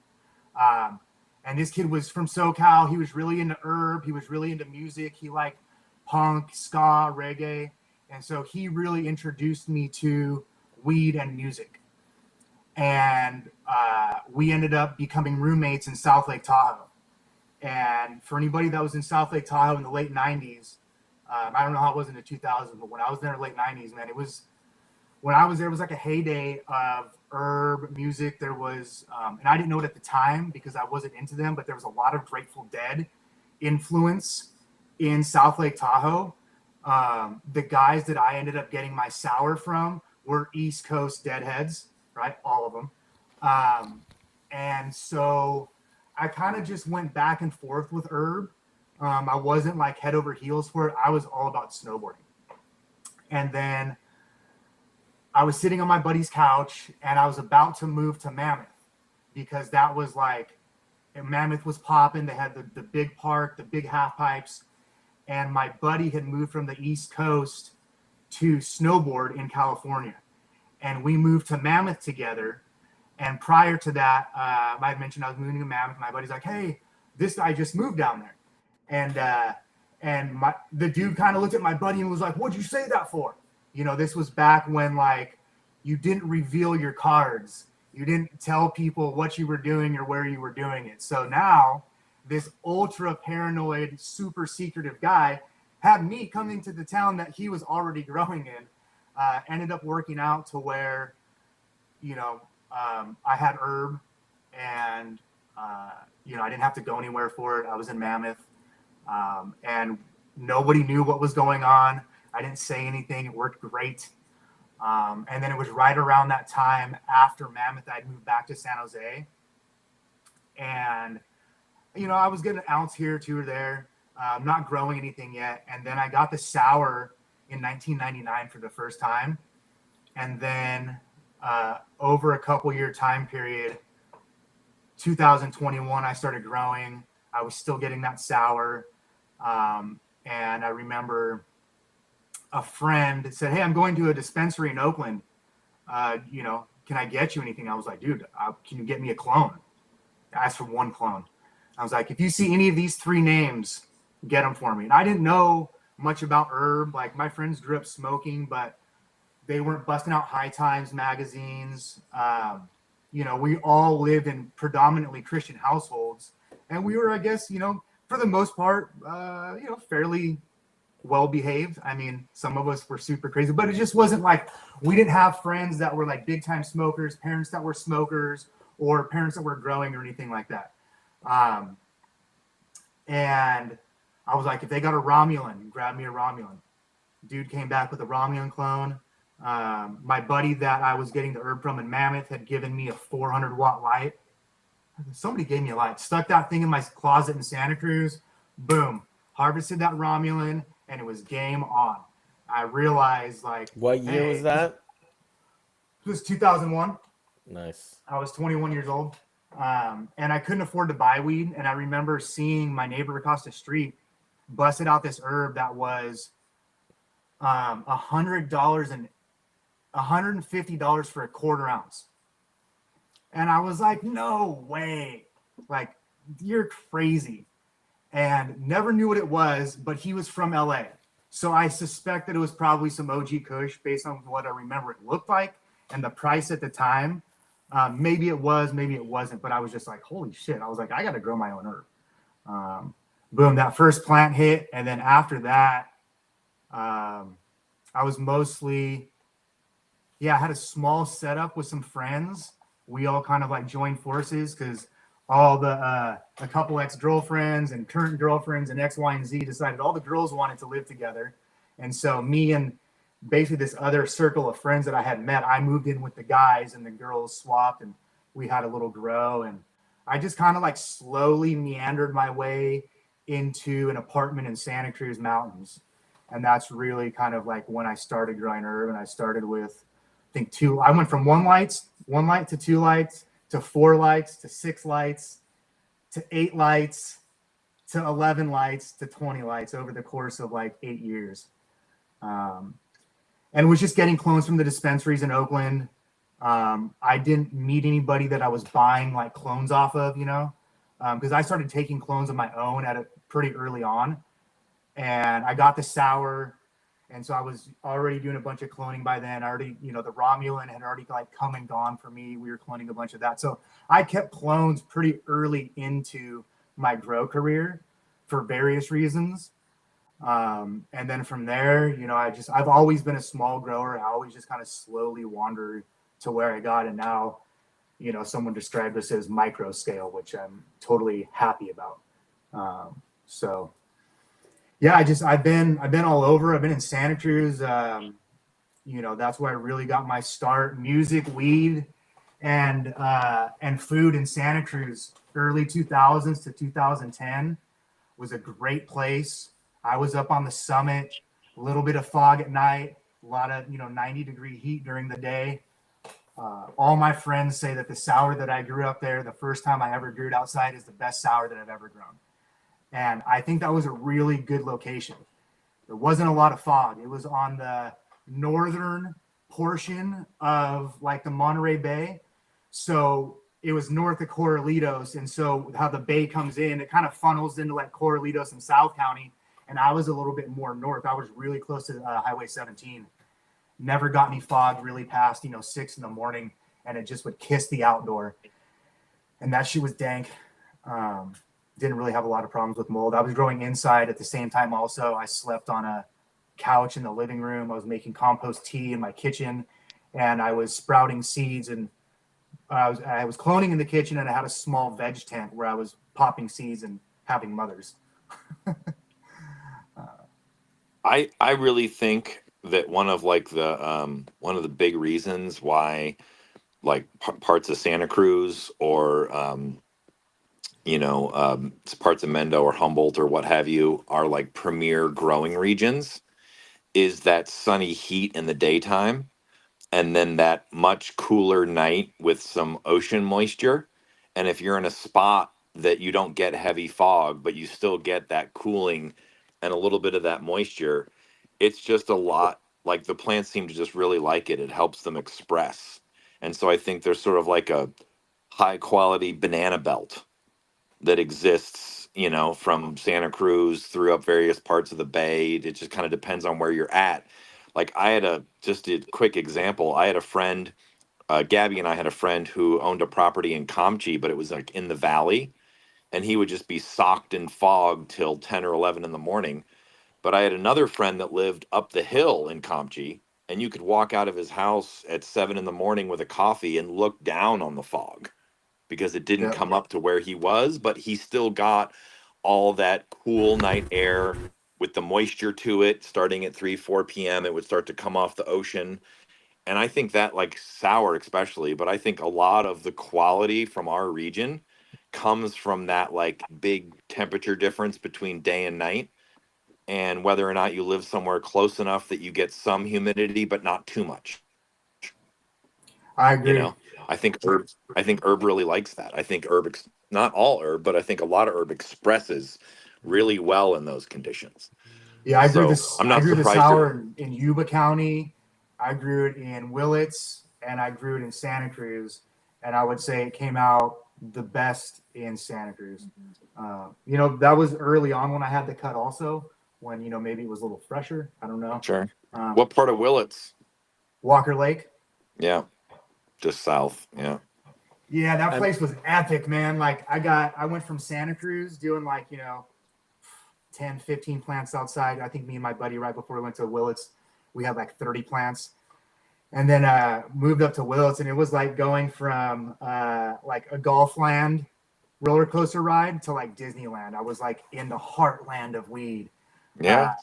And the music, and I think Tony always talks about it too, especially with the pearls, but like the music, it goes hand in hand. Like there is a specific part of Black Bart Trail and a specific portion of a Moise Angel song, who was a local like reggae guy up here, that is ingrained to my brain. And it was like, dude, we got to Mendo. It was just like, you'd always heard these stories, and I didn't know people from Mendo.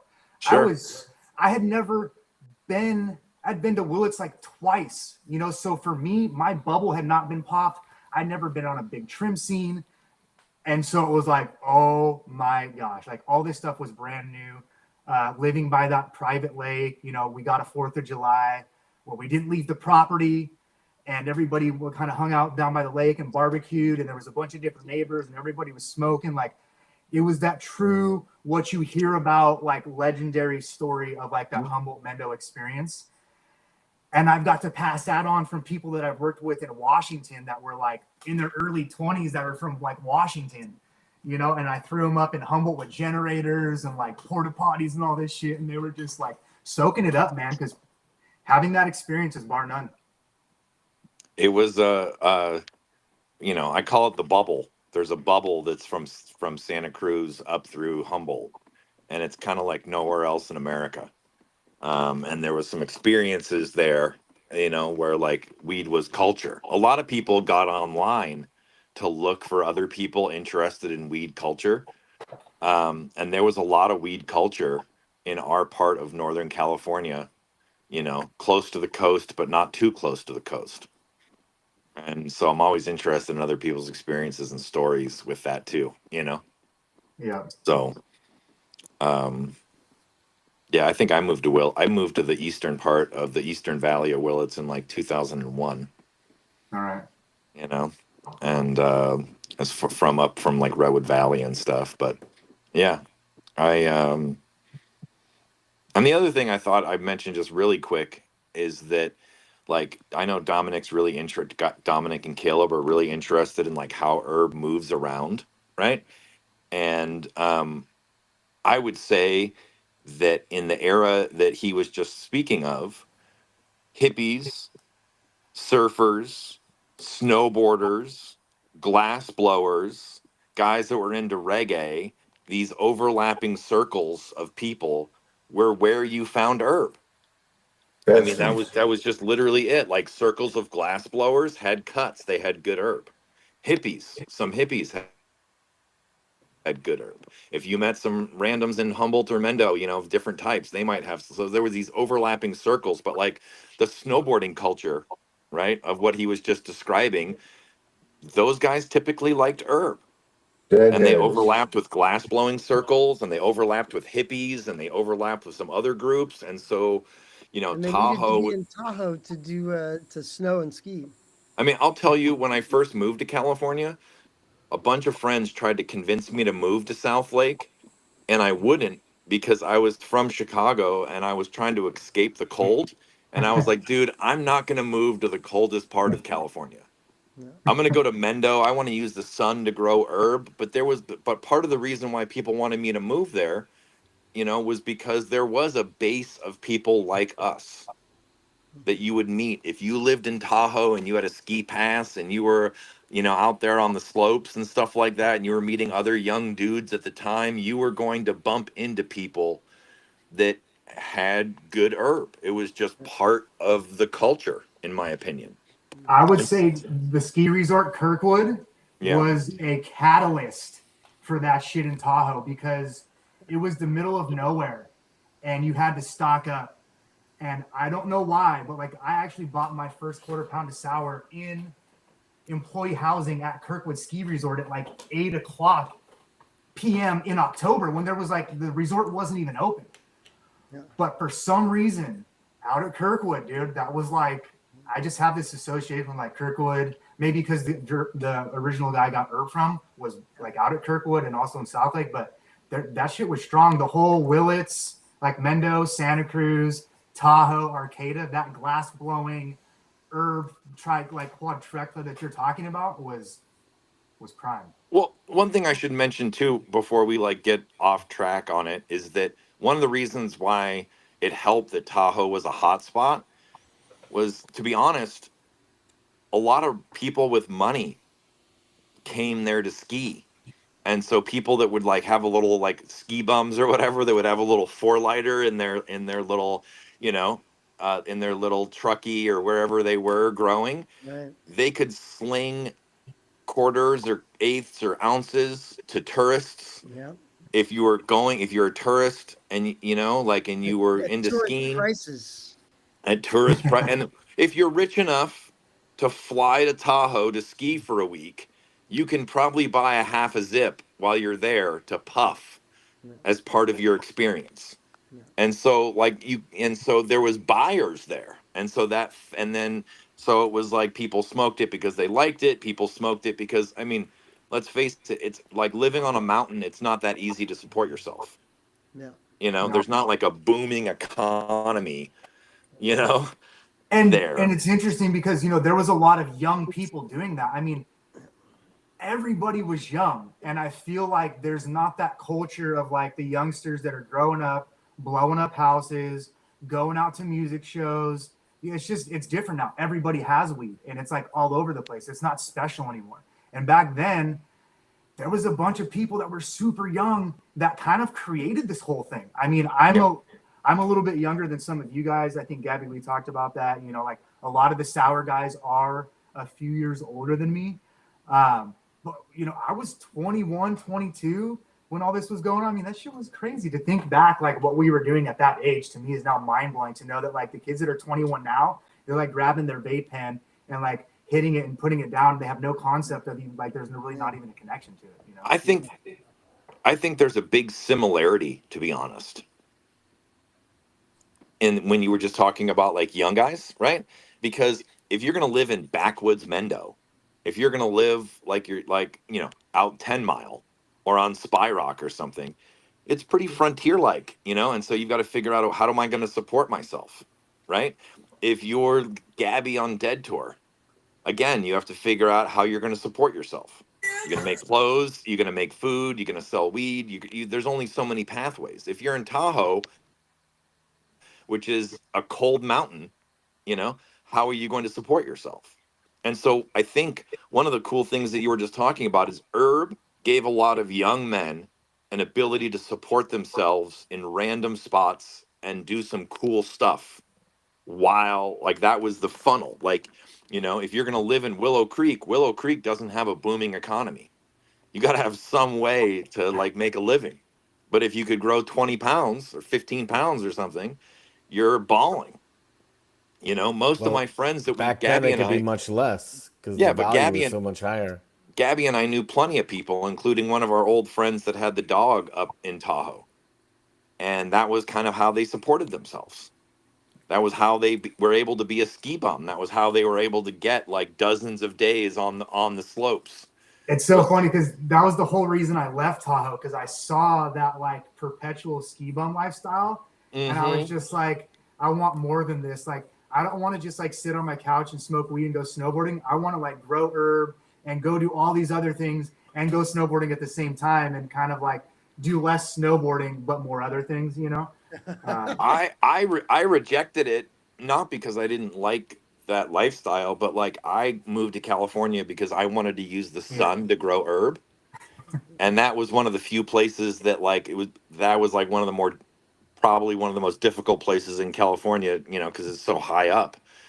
You know, it's just not conducive. So I went to Mendo instead. I was like, I can visit Tahoe when I Yeah. want to. It's only 5 hours. I'll just drive to Tahoe, but I'll use the sun. Yeah. I want to use the sun, you know. And you know, I mean, Mendo is like that's what's so cool about this conversation is we've got essentially, like, I don't want to say three generations here, but pretty close, of different weed smokers that have their different experiences in California, you know, and what it was like. And those kind of stories are really neat because it's like you said, it's totally different now. But for us, for our generation, it was a way that we could get around like the, you know, the 9 to 5 grind and like the figuring out what to do, and basically be able to, like, you know, have creative pursuits and do some That, cool shit while you were doing, like, in a way to support yourself while you were pursuing said whatever it might be, you and I know. feel like a lot of those people were creative people, because they're all people that were making music, collecting gems, and making jewelry, making artwork, whatever that medium was. There was so much creativity that spawned out of that because you had the freedom. And when you have freedom to do things, you can really bring out the best in yourself. And I feel like that's what was addictive for so many people of that lifestyle, of to be able to like almost reach your true potential, because you didn't have anything holding you back. The money wasn't holding you back. At 25, when pounds were $4,000, like that wasn't a problem. You know, it was really just your own discipline as to how you used that as a tool, because some people failed miserably and would spend all No. that money before harvest was even over, you know. And you And know, some people were smart and did lots of different things with it, you know, all kinds of stuff. So yeah, it funded, you know, it funded a lot of creative pursuits. It funded, and the type of people I think that attracted to it were people that were willing to assume a certain amount of risk, were willing to be, I mean, I didn't mention it because I was so intent upon hearing his story, but like when your father-in-law was talking about his beginning, I mean, in the late 60s, you know, the Bay Area was probably the premier countercultural region of America. You know, you had all the beatniks that were older, you had the hippie movement happening, there was the whole like come to San Francisco, there was all this social change going on. They had their own, you know, substances, like whether it was L or marijuana, they had their own various, like, you know, experiences that was going on. And you know, I think that herb, because it was banned, it took a sort of like American, like, don't tread on me, you know, unique artist, risk taking type to want to get into it to some degree. And so a lot of older people fall into one of those categories, I think, you know, and people that are searching for something, you know, Right. essentially. Yeah, but I mean, like, for a lot of those people, their next steps were like they went back to the land, right? Like they went from urban areas, Yeah. and Dude, that's why I asked him about Willow Creek. Willow Creek in 1978. Oh my God, that must have been like that must have, I mean, not quite like Little House on the Prairie, but not pretty far remote, off. pretty Nope. remote. Not far off. It was probably like outhouses and, you know, very, Latrines. very, yeah, it was probably very rudimentary civilization out there because that was out in the middle of nowhere back then. Yeah, literally up on that mountain too. I Freaking mean, nowhere. People don't there's realize how nowhereville that really was. That was nowhere. especially back then, because if you think about Arcata or Eureka now, that's not what it was like back then. So when you hit Yeah. Arcata and Eureka, it was like we drove what 2 hours to get here, you know, or I to mean, Reading. yeah, To Reading 90% of 2 the people, hours. probably 98% of the people in Trinity County, which is like Willow Creek's right on the border there, were probably there for logging Yeah. at the time. They were in the mill, they were loggers in the field, they were truck drivers driving the logs. Yeah. I mean, There I were think, there were miners as well, Yeah, actually. there was a lot of gold people. yeah, there That was was when the mining. price of gold went up. Yeah, And when the price of gold went up, there was people dredging in the Trinity, and Denny was a big thing because there was a lot of mining claims up there. yeah, Yeah, a lot of miners. yeah. The Afghan stories I've heard also correspond to folks out of Denny, in terms of when they got. Yeah, Denny was a big hot spot. Yeah, yeah. It was Yeah, a lot basically of stories coming out of there.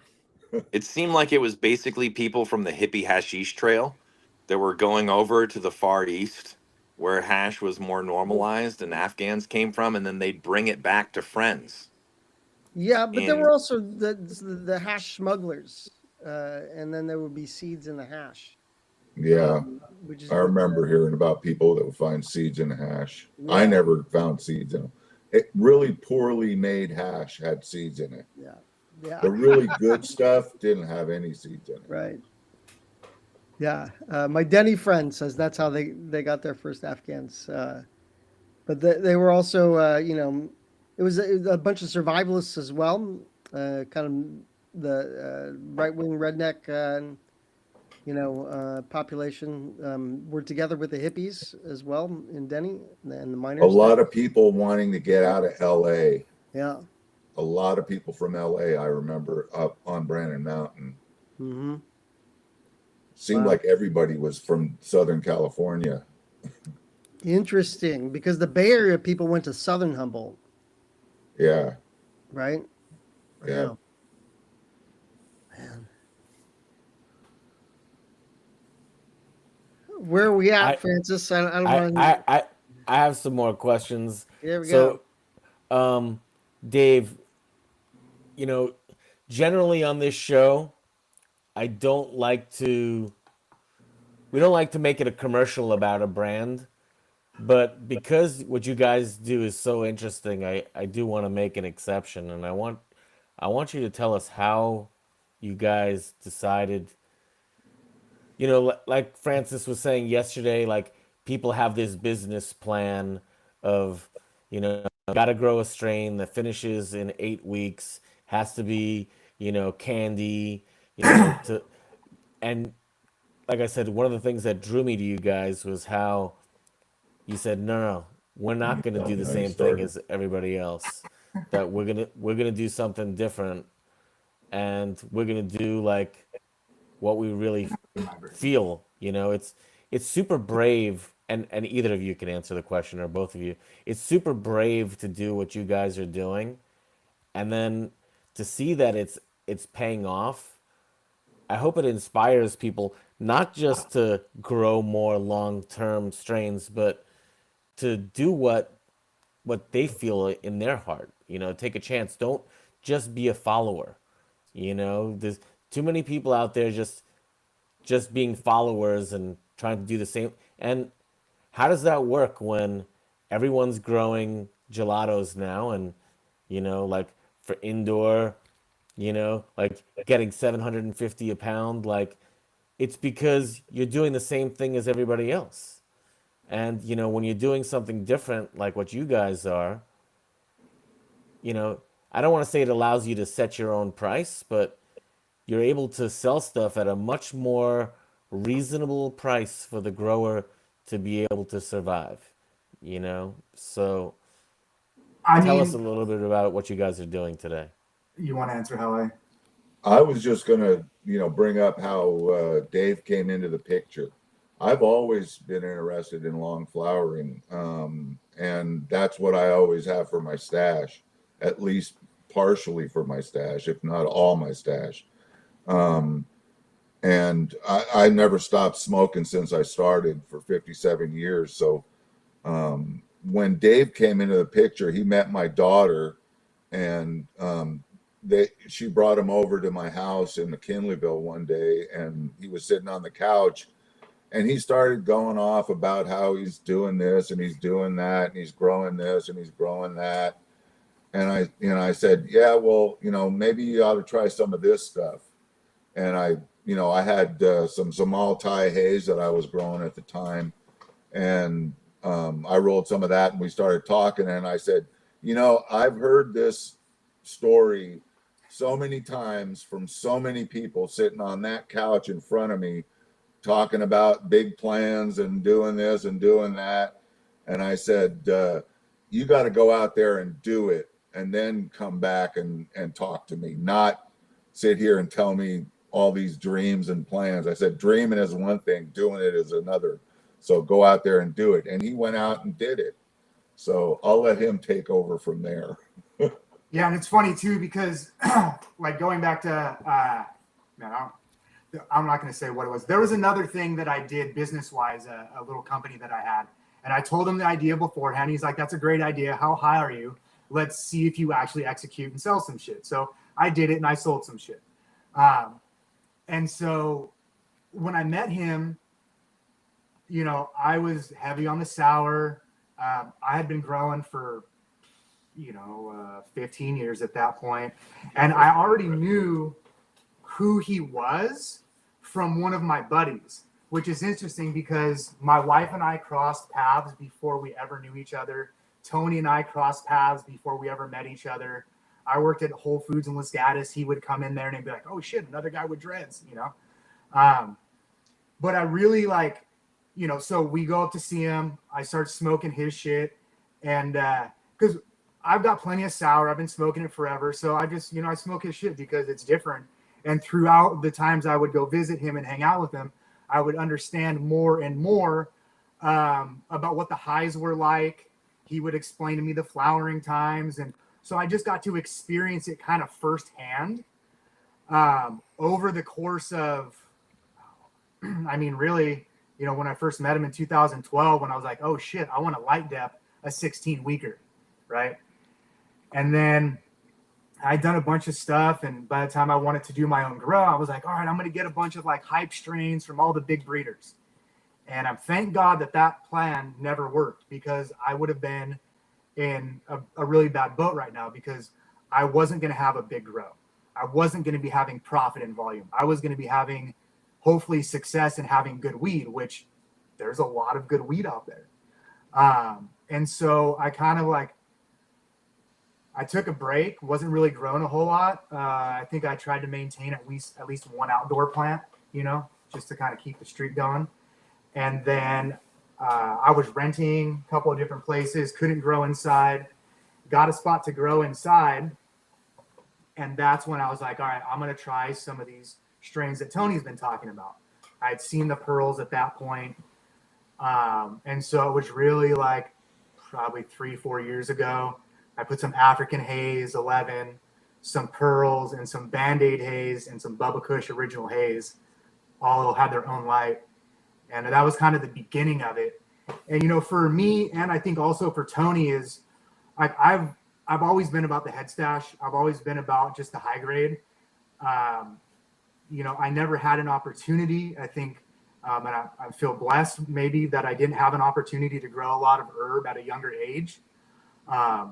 It really kind of kept me focused on quality. And I think because of that, if you got good weed, like if you got really good haze, nobody's got it. So what's the price? It's whatever somebody wants to pay for it. And there's people out there that have told me they want to pay more money for it because it's good.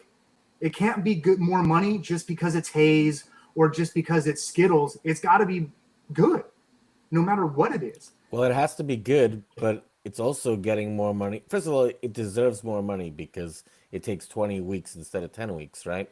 But right now, the reason why it's getting more money is because of scarcity. Yeah, and I mean, everyone is always asking me, hey, do you know where I can get haze? Do you know where I can get some sativas? And my answer is always no. Unless you're talking about, going to the dispensary and buying some Budularo, like, yeah, and I mean, I'll tell you why. It's a pain in the ass. Like we were talking about it yesterday. We get 2 different outcomes with the same strain.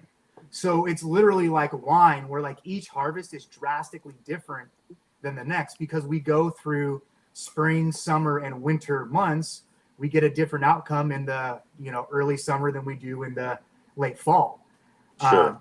And that's a huge challenge from a marketing standpoint.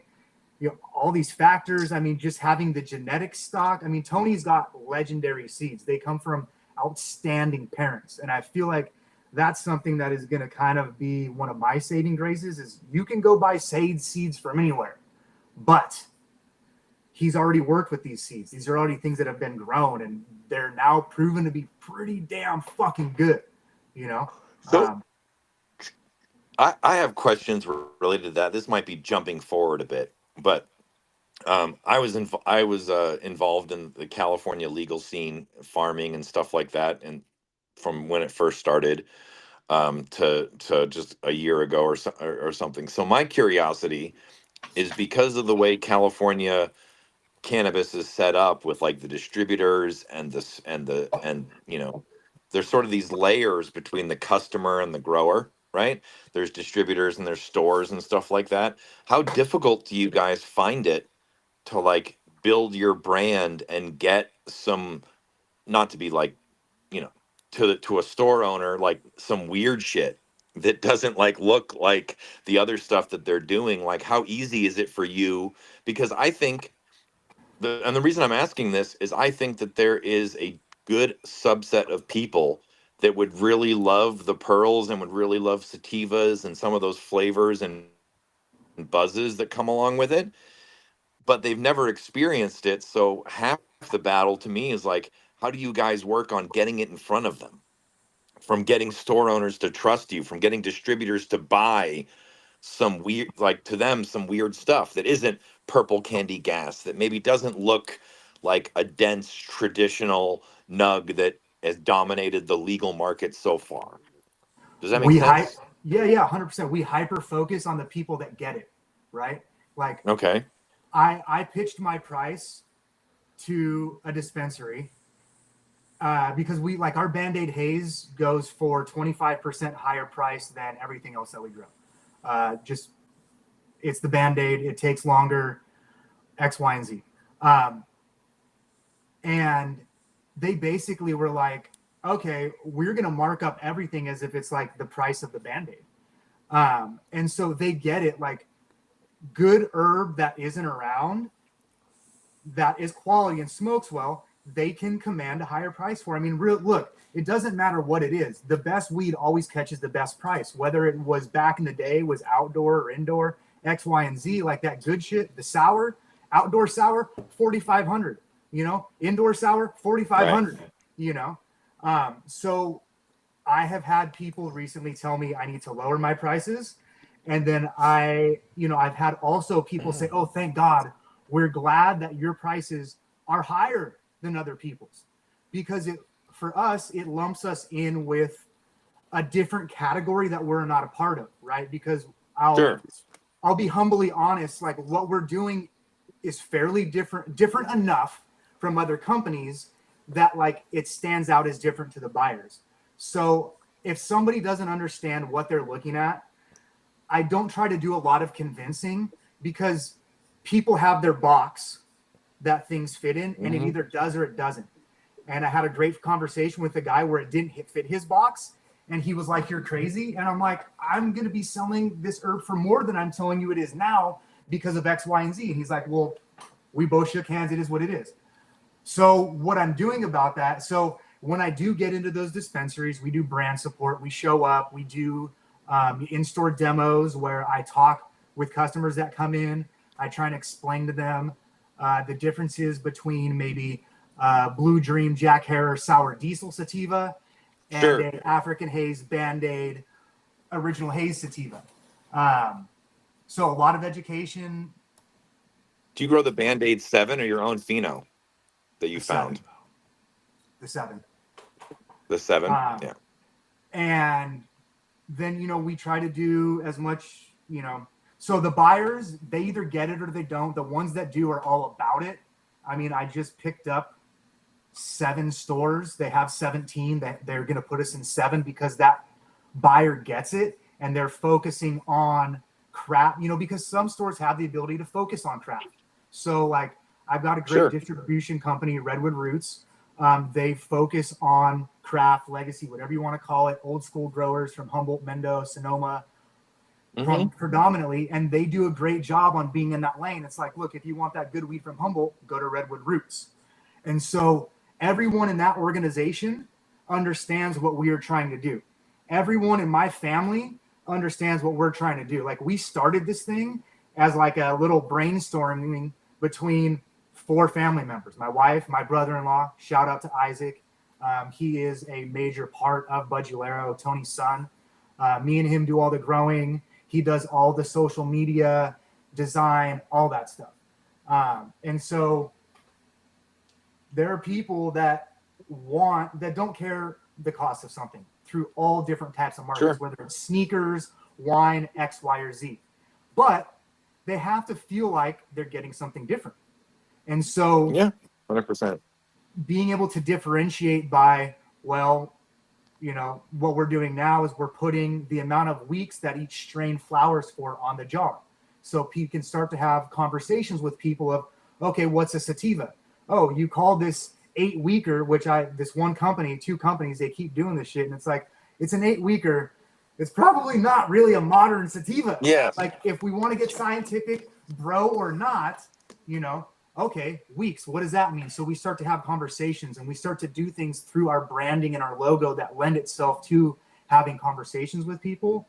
And the buyers that get it want it and they order it repeatedly, and they have the customers that are there. And then we support the dispensary by doing events or show up for demos and that type of stuff. And the flower club. And It's basic consumer outreach. Yeah. And one of the things that I've started. The main thing. What's that? Keep going. I'm sorry. So we've started a flower club where you can basically, it's really like unofficial. You just send an email to budularo@gmail.com and it gets you in my email list. So when we are going to have drops, you can find out when they are. And if you live in an area where there's a dispensary that doesn't carry us, we can work on getting a dispensary in that area to be a pickup point. So right now I've got a dispensary in Santa Cruz that is going to allow an order to be delivered and then pick up by one person in specific. He's pre-placed his order. We've got all the details kind of worked out. And this guy said, hey, like, where can I find your herb? I just want to buy it. He doesn't care how much it costs. So we worked out this thing where we have this flower club where now people can kind of join, and we're creating pickup points for people to be able to access it.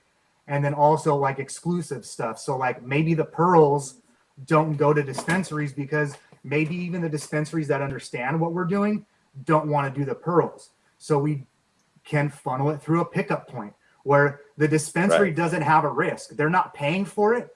They just pay for the intake, and they get paid for that when they sell the product, and then people can get what they want. And it's kind of like a win-win, because now when I do that, the dispensary buyer says, okay, well, do you have any other samples I should be aware of? And then my distribution company gets to send the rest of their distribution model. So I'm trying to make something that works for everybody, top to bottom, in an engineered fashion, so the consumer can end up with as close of an experience to this as possible. That's a And great doing answer, it dude, in 2 because harvests a year, and things like the pearls are a challenge. As far as growing them is a challenge in itself, but then distributing those is a whole new ball of wax. that's It's Can you not show easy us to some? grow. It's very tangly and hard to, it's putting it in a presentable package that's legal is a hard thing to do, and to keep it sustainable under the circumstances of growing, which are a long flowering season, and a lot of logistical problems. So getting that to market is not an easy thing. We have to come up with new ways of distribution to people that really want it, because it's a challenge all the way through. It's hard to become sustainable doing that. I Can mean, you show us? that's one of the reasons why I asked, because I mean, obviously, like, store owners are in the business of making money, but you have to convince them that your product would have a customer base and that they would sell out of it if they got it, and that it's a reliable thing and they're not going to get stuck with it, because they don't want to buy maybe some ugly looking, So sativa to them, Hey, did you just call his because weed there's a lot ugly of very looking? well, yes, because the thing about it is that there's a lot of extremely pretty weed right now that I find to be very boring and bland as far as high. Weed that doesn't look conventionally attractive can be great smoke. And a lot of young people, what they view conventionally attractive is cookie based stuff. I mean, I don't know if you want to comment on it, but I mean, from California, from what I remember before cookie, there was lots of herb that maybe wasn't all that visually attractive, but was very popular because of how it smoked. And then when Instagram and social media and cookie took off, people started bragging about how amazing their herb looked. I think And the I think a lot of sour, people started, yeah, I think the sour sour is kind of, is a great example of that. The first time I showed my buddy the sour, he was just like, "What?" He's like, "I got to pay more money for this." It was a little bit airier, wasn't super frosted out like maybe, just whatever. And but the way it tasted, the flavor, there was nothing that tasted like the sour, smelled like the sour, except for obviously the chem, at that time. And so it was that difference, but it was still that visual wasn't there, but people went gaga over it, I mean, dude, my experience with the sour and Mendo. Oh, sorry, Gabby. Was that Go ahead. like, it was sticky, it was stemmy, maybe it didn't look very attractive. It could look kind of larfy compared to other stuff. But like, you would get buyers that would come to Mendo and they would open the contractor bag and stick their head in, and they would get that whiff of sour nose. And most of the time they would look up, and before they even opened a bag, and be like, this will work, because their face just got hit with that aroma, and so, I mean, to me, looks is fine, but it doesn't do anything as far as effect. It doesn't taste good. It doesn't mean it's going to work good. Look, this is the deal: is everybody That's thinks what Tony said before earlier. everybody think Instagram is like the final word. And I'll tell you some of my experiences being, whatever you want to call it, growing this herb, getting it to market, is a lot of people don't get to see the weed they buy. It's in Mylar bags. It's in jars that they can't see. And so right off the bat, like, the weed, how it looks, okay, we're one notch to like the closer to my side. And then I've seen figures that like 40% of dispensary customers are new customers on a daily basis. And when I go into dispensaries, I talk to people that don't know what Skittles is. They don't know what gelato is. And so in my experience, I see a lot of skewed information on the internet as to what people want, because there's this culture of flashy weed culture. And a lot of those people aren't going to dispensaries to buy weed. They're hustling, or maybe they're just showing pictures to make people think that they're cool. Because let's be honest, that's what a lot of this shit is. Hey, check me out. Look at my shit, whatever it is, my brand new X, Y, and Z, my kicks, my weed, my hat, my fit. That's the culture that we live in. And the people that buy herb in the dispensaries want to get a good value for their dollar. And when they see somebody in a corporate outfit talking about herb that they obviously can't explain to somebody that doesn't know what they're talking about, they go, oh, whatever. You come in with me and my brother-in-law, my father-in-law is on the logo, and we go, hey, this is a family brand. We grow all the herb. This is my father-in-law on the logo. People instantly connect. They have something to connect with. And I think back in the day, people would connect with their buyer. They would connect with where they lived, where they went to get weed. There was a connection because you had to go to somebody and hand them a motherfucking dollar bill as opposed to pre-ordering it and then just getting it at the counter. And people want the experience. And so you can cater to people that don't get an experience by just giving them something substandard because they're not offered and don't have an option for an experience, right?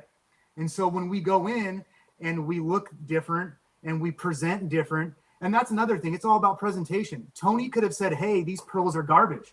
Like, they're not going to do anything. Instead, he gave them a positive light, and it gave me an example of what to do with the Band-Aid when I got the Band-Aid done. It didn't look very good, but my goodness, it smoked great.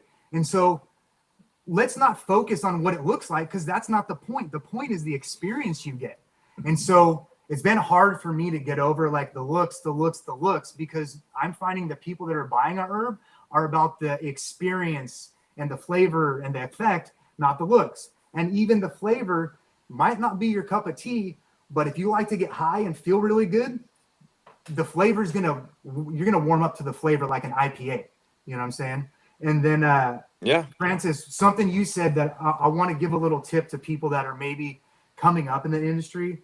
One of the things that I've done to make it easier for buyers to take our herb is to tell them you can buy 4/8. There's no minimum. Get 2 strains and buy four of each jar, right? So they're spending a couple $100 to buy this herb. And it's not a huge risk because they're not putting in a multi-$1,000 order that they now have to sell a lot of quickly. And so it gives them ability to ease into it. And that was something that I found that I did to convince buyers was, hey, we don't have a minimum. You don't have to commit. And if it doesn't work, you're not out a bunch of money. And what I found is those stores start to order more often, and then their orders start to build up from there, you know? Well, I mean, the other thing I thought about. Real fast, yeah. Notsodog. There's something else that you really do that I think is fairly unique is you really support your dealer network. You know, like when I asked how I can get some, you said, oh, well, you got to go to the dispensary over there. I'll call them up and tell them to hook you up, you know, but you have to go over there. And that's something that's, you know, it's missing. Like you understand, like what you need to do is support your dealer network. Yeah, and you know, and when you send people to them, that makes them want to buy more product from you. When they say, "Oh yeah, Dave from Budularo told me to come over and get it from you," that matters to the retail stores. Yeah, and the Flower Club allows that to happen even if the store doesn't have the product. So it's, you know, Right, the mailing list. You know, it's a win for go to everybody. the store. Because that person is probably going to buy a different brand's product while they're there, you know? It's really a good idea too, because you're like literally forcing a store to buy your product, you know? Well, Because it's almost like the client's like, hey, I want to buy Budularo from you. He's going to bring it here. Are you going to sell this shit to me? Or are you going to sell me some gelato? You don't know how many buyers I've called and I'm like, hey, I want to bring you, you know, what is that? 40 times 8, 320. I want to bring you $640 right now. And they're like, oh, well, you have to talk to my buyer and send them an email. And I'm like, no, emails don't work. They don't respond to buyers. As a good manager, you would contact your buyer and be like, hey, this guy wants to give us $640 of business on one day, right? I'm sorry, but as like I haven't ran big businesses and like had situations like that happen to me. But if somebody said, "Hey, Dave, I want to buy $640 worth of Budularo T-shirts at a store that you don't service or that you have a store at, but you don't sell this product," and I said, "No, I don't want your $640." I don't know anybody that would do that, and so it boggles my mind when like. Right, there's a big disconnect because everybody's calling. But how many people call a dispensary and be like, "Yo, I've got a $640 order for you. Do you want it or not?" And I have actually done this and have multiple people turn me away. It's just crazy. But whatever. People that get in on this shit, they're gonna know what's up, and then it's gonna be like, "Oh, hey, I heard you have Budularo on the shelf." Well, is your name on the list? You know, it's in the back, but like if it doesn't have your name attached to it, it does so many things for everybody. And I didn't go to college and get a marketing degree. It's just kind of like, you know, Kevin Jodry was like, "Oh, I can't imagine the amount of like attention and intention and detail to all this stuff that these guys must have put into this." And like, there's been zero of that. We figure it out day by day. You know, I knew going into it. Scarcity matters. What's that? Scarcity matters. You know, it does to a degree. Like it's part of human nature. You know, like in the sense that like if people are going into a store and asking for your product and they can't get it, then there's a bug in that store owner's or manager's mind that I could have made a sale that I missed out on. Oh, now there's 10 people that have asked for Budularo's stuff. Why don't I have it? I could be making easy money. Budularo. Sorry, I've been trying to get hooked on phonics. Never came to my house. I mangle stuff all the time. I think from a spelling standpoint, it probably should be Budularo. I used to think it's all good. Yeah, I mean, and you know, and it's cool. Oh because no, then, I mean, then I get emails like, "Hey, you know, I put in like this guy emails like, I want an ounce of the bubblegum haze." I was like, "Cool." Hit up the delivery company in Sacramento. Boom. Now the guy wants to buy an ounce of pearls. You know, like I feel good because I get to feed business to people, and I feel like that's going to come back to me in some way. It just feels like doing the right thing, and that's, you know, one thing that Tony always did. Never a big grower, never been a big grower. We just always focused on the quality, and good things come your way. You know, and I've said that I like to say this because basically, if you throw a bunch of money at something and the only thing that you want is money out of it, and it's an investment to you, and you don't give a shit, and you don't smoke weed, and you don't treat your employees good, guess what? You're not going to get good weed out of it because those employees don't give a shit. And herb has an internal mechanism because it's a spiritual plant that if all you want out of it is money, you only get a certain level. And the people that put the love and attention into it get a higher quality. And so the reason there's so much shitty weed out there on the market that everybody's buying is because it's produced by all these people that don't give a shit. And so they get shitty weed. So sorry, everybody out there, start buying weed from people that actually care about their weed, and you will see a difference in quality and enjoyment of experience. It's like, remember when Trainwreck came out? At first, Trainwreck was like, "Oh my God, I love this stuff. It's so good." And then the cut got around and everybody was growing Trainwreck. And then nobody wanted Trainwreck anymore, because there was a lot of people that didn't know how to grow the Trainwreck and get it to perform the way it should and produce what it should. And we're producing inferior quality Trainwreck. And yeah, nobody wants Trainwreck if it's going to taste like crap and not get them that high. So it's, you know, it's like names don't mean anything. Sativa indica doesn't mean much. It's like flowering time. Really, to me, over 57 years of growing, I've found that flowering time is the biggest indicator of the kind of high and, you know, the pleasure that I'm going to receive from that. Well, maybe I could ask, since now I'm super curious, but like for people listening that might want to get some of it, like what are the different sativas that you guys regularly offer? You know, like I heard the Band-Aid, you know, I've heard pearls, but like, do you have like a little, I mean, obviously you probably do. Do you have a little stable of stuff that you're repeatedly growing and offering to market? So we don't. I'd be curious to hear what that was.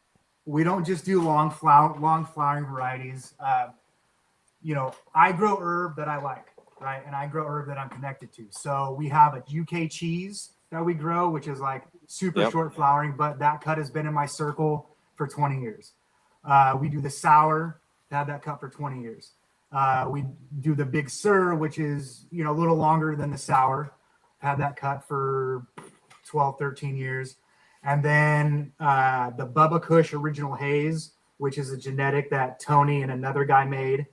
That is actually Caleb's pre-98 Bubba, The bomb the threat. bomb threat Bubba number 7, crossed to Sure, the original haze. And then Okay. from there, we go to the 14-week African Haze 11, which Tony, another guy, got in clone form. And then Yep. the Band-Aid Haze number 7 is our 16-week. Same deal, clone. And then this spring, I planted a bunch of seeds. Tony had made some bunch of crosses with the original haze and also a Durban poison. So we've got like African. So with the original haze, we've got an African haze, a Band-Aid haze, a Pearls original haze, the Bubba Kush original haze, the Bubblegum original haze. On the Durban side, we have Band-Aid Durban, a Malawi Durban, an African Haze Durban, a C5 Durban, and Made with Neville's actual cut. then in addition to that, I think I've popped some. We've got an A5 Original Haze, another one of Neville's cuts. So those are all things that we just harvested for the fall harvest. That's a lot of And- different strains at one time. Okay. Yeah, it's a challenge all the way around, but I've been thinking about it for a really long time. So I've kind of got things, how do we take all these different varieties and make it work? Obviously, because you end up with bigger chunks of some stuff. Like we did one plant of a lot of different things. And so now for this fall harvest, we took all of those genetics and cloned off of, the ones that we liked and have now planted them again and grown more of each one. So now instead of having one plant, we've got like, 4 to 6 or 8 of each one of the selections from the last round. And then we're going to cut it down from there again. And then I kept all of the rejects from last round and grew them again to make sure we didn't miss anything. And there's going to be some rejects Sure. that put out some nice stuff. And yeah, just a lot of different stuff that after this next harvest, we'll be able to put out, a couple pounds of quite a few of these flavors and different phenos. The Big Sur Holy Weed, can I assume that that's I just the wanted to give you a haze? minute to plug it. What's that? The Big Sur Holy Weed, can I assume that that was the haze? Because what I knew about the Big Sur Holy Weed, they used to have a haze and a skunk. It was, from what I understand, it was purple Zacatecas Mexican crossed with an Afghani. And from what I've heard, it's the sage. And that was the story that I originally heard, but I actually have Robert Clark and Mojave Richmond are actually coming up to the greenhouse today. And I'm about to harvest the Big Sur. So Mojave says that the Big Sur came from his family's property in Big Sur. And from what he says, it's kind of a generic term for weed that was grown by a certain guy in Big Sur. They used to call all his weed holy weed because it was all really, really, really good. And it was grown in Big Sur. So it's like the Maui Wowie. It's not necessarily like one specific thing. That's another story. But I know like a couple of those guys have gone to Belushi's farm because they were like on the hunt for the Big Sur. I've showed it to some of the guys at Coastal Seed. And they were like, yeah, this is Big Sur, kind of looking at me going like, how did you get this cut almost, they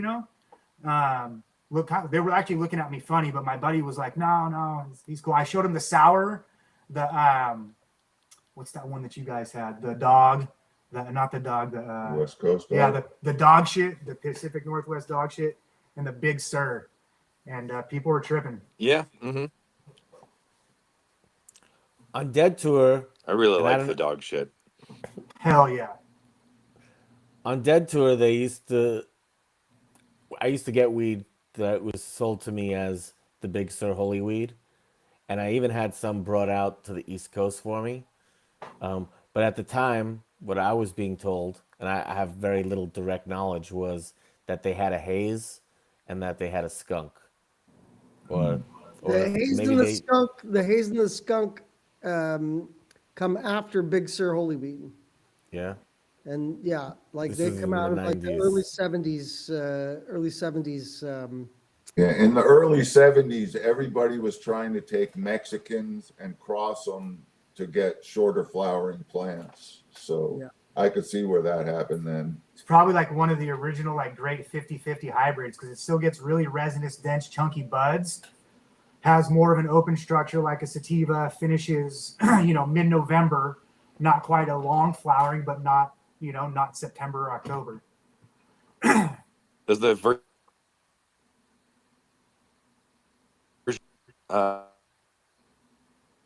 You went silent. What was that? I couldn't hear him either. the version that you have, is it pretty strong terpenoline? Would you say? Yeah. Yeah. Like no. So it's like the Jack and the Trainwreck, but with like some funk to it, almost like some GMO.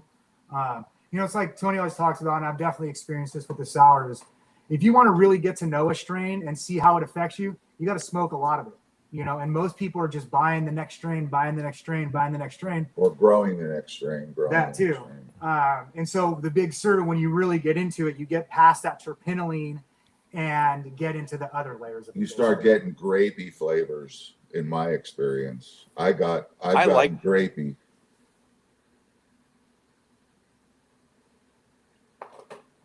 I People can't hear like Notsodog. hate on the aroma because they burn out on it. You can't hear me? You Yeah, now. broke up for a minute. Now I hear you. I am in Mendo. I mean, they're in Mendo too, but sometimes my reception. Just I don't keep know. talking. I don't know. Maybe sometimes my internet connection is a little weaker. But no, I'm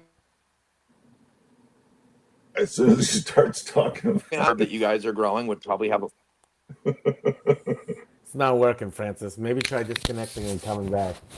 Yeah, and on the terpenoline subject, like the Big Sur is one of our best sellers. We sell it at a store called Big Sur Canna Botanicals in Carmel, which I always thought it would do great on the Central Coast. And I get a lot of people going, "Oh yeah, that reminds me of this herb. My uncle used to grow the Big Sur in Big Sur back in the day." So I've definitely had a handful of people recognize it as their version of the Big Sur also. But yeah. I picked that up in Yuba County, my first or second year out there. I got some replacement plants for the plants that started pre-flowering. And I walked into this guy's greenhouse.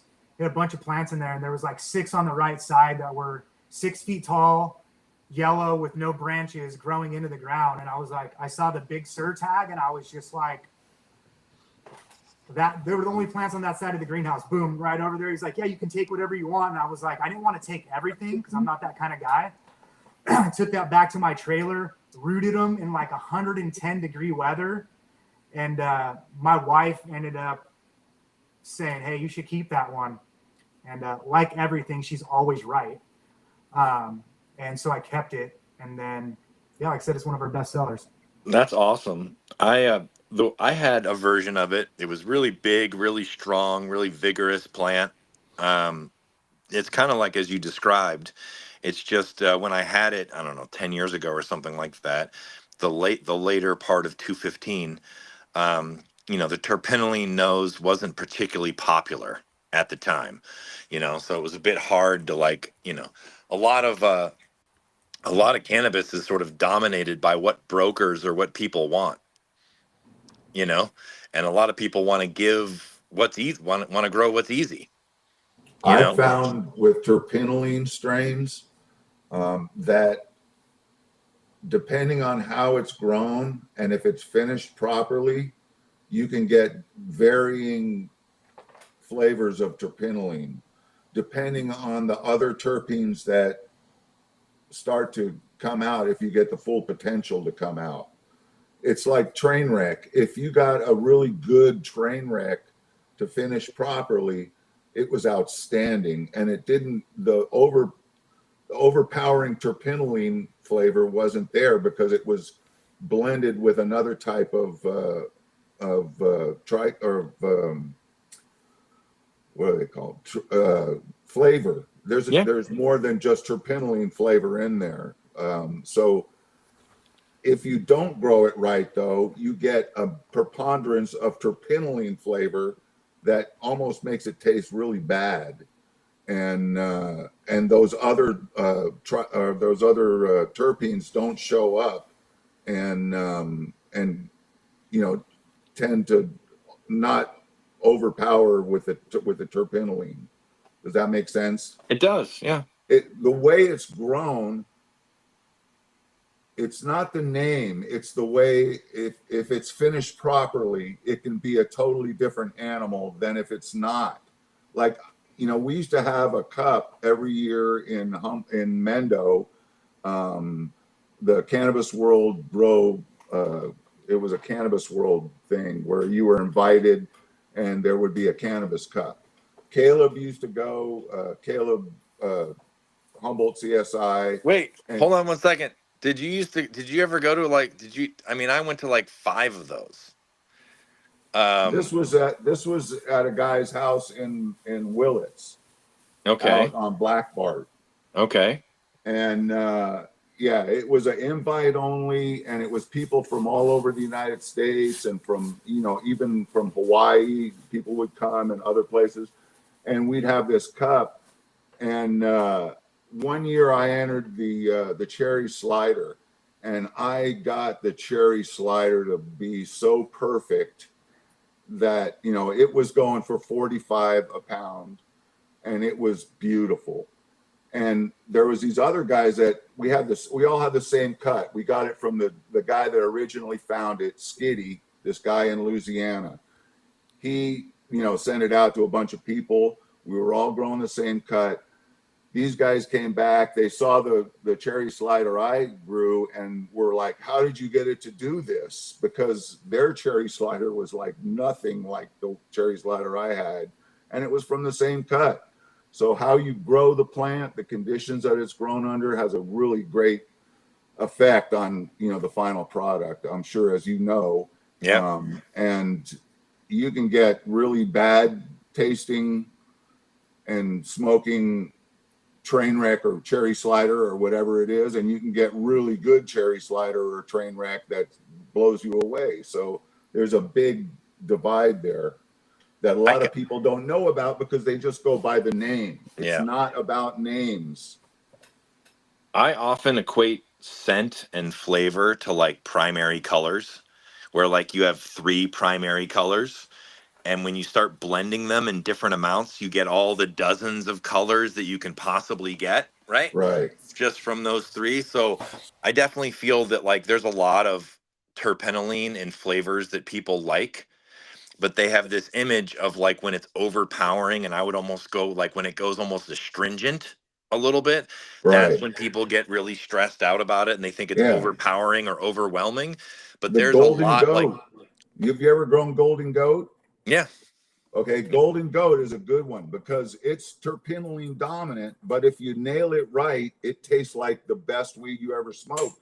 It's like a sweet 7-uppy, fruity kind of flavor that's got some real strength to it. And then, bad, it just tastes like bad terpenoline weed. So, it all depends on how the weed's grown, and that determines the quality of the high and the flavor. So did you guys mention, are you guys indoor, greenhouse, or both? Light depth. Light depth? Yeah, we got a forever flowering greenhouse. Yeah. I mean, I just heard you mention that you were having Rob and the other gentleman come up to your greenhouse today. So I was just curious if everything you did is it a climate controlled greenhouse with lights that you can run it year round? No, unfortunately, no lights. Waiting to get the heater hooked up. just ridge vents, roll up sides, Sure. big doors on the end. I got a few fans in there. Not a lot of power. So kind of a bare bones commercial greenhouse. Yeah, sure. I was just curious. Yeah, me and him always talk about the limitations, with the heat and, then the cold. And that's why, it compounds the difficulty because there's no predictability. And then it's outdoor growing, but kind of exacerbated by like when we get a heat swing, the African haze will always pop like 2 inches of stem stretch, and there's like nothing you can do about it. It just happens every single time. I've seen it inside and I've seen it happen every single time I've grown it in this greenhouse. It just is what it is. Yeah. And you just deal with it. It's not like, oh no, the top's ruined. It's just that, that's what it is. Maybe break it down a little bit differently, but I've really found people enjoy the crazy looking shit. Like I got a buddy, he's from Florida, and he's like, bro, because we have this one pheno, the African haze, original haze. And he's like, dude, that looks like this stuff we used to call the scary hairy. It has these like jagged like hairs and calyxes that are like pointy and they're coming out at you, and like people love that different look. I wanted to say that because earlier, not so, rudely called your weed ugly. And first of all, what we should say is like our favorite strain, the Chem 91, has been called ugly by us. Really ugly. Yeah, really ugly many times. But it lets me know that we're doing our job well because it fits the profile. Yeah. Well, but when I see photos of it, I think it's beautiful. I don't think there's anything about it that's ugly. Beauty like is in the saying, eye of the beholder. Beautiful. Right, and beauty's in the eye of the beholder, but then some people are just too close-minded about what they think is beautiful. And that's something that's been hard for me. Beautiful can only be those gelatos that are sparkly like that. I mean, when I look at the pearls, I'm like, that's amazing. I'm not saying I want to grow it, okay? But like to see it, I think it's beautiful.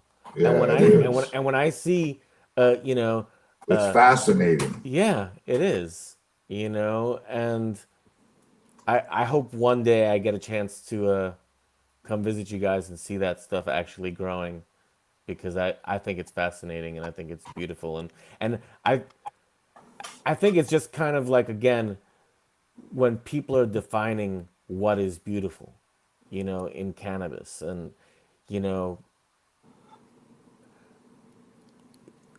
like I said, when I look at them, I think, wow, that's incredible, unique, and it just looks amazing. And so, yeah, I think that they're far from ugly plants.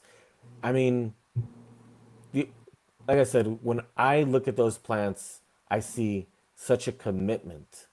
You talked about earlier about how, we would grow plants that were faster because you'd be sure that you were gonna be able to harvest them, right? Like if you have something that goes 10 weeks versus 20 weeks, now you got half as much of a chance of actually succeeding just because of that time where it can be found, it can get rained on, the helicopters can land. Growing long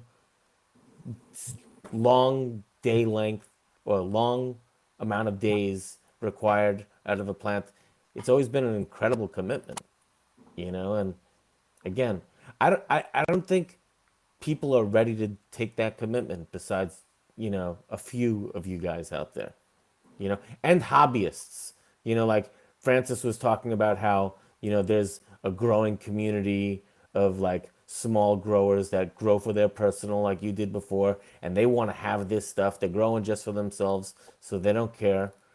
But like like you guys love the plant, obviously, but you're making this into a business, right? We're saying like we can be profitable and grow plants that take, 4, 5, 6 months, whatever it takes for these plants to finish, and we can make that be a business model that works. So I didn't tag you on it, but I made a post about this morning's show. And this song that I use is one of my favorite hip hop artists, The Grouch. And he has like this him. line. It's called Artsy as a Song. And it says, "We do it for the love and release it commercially." And I feel like that's what Tony has been all about before I met him. That's what I was all about before I met him. We both still continue to be like that. And I feel like because he's like that, it's helped me to continue to be like that. Because I used to grow for a multi-million-dollar indoor company in Washington, managed 400 lights, everything was happening all the time. And the weed came out different, and not because, and for various reasons. But Which operation in Washington? what's that?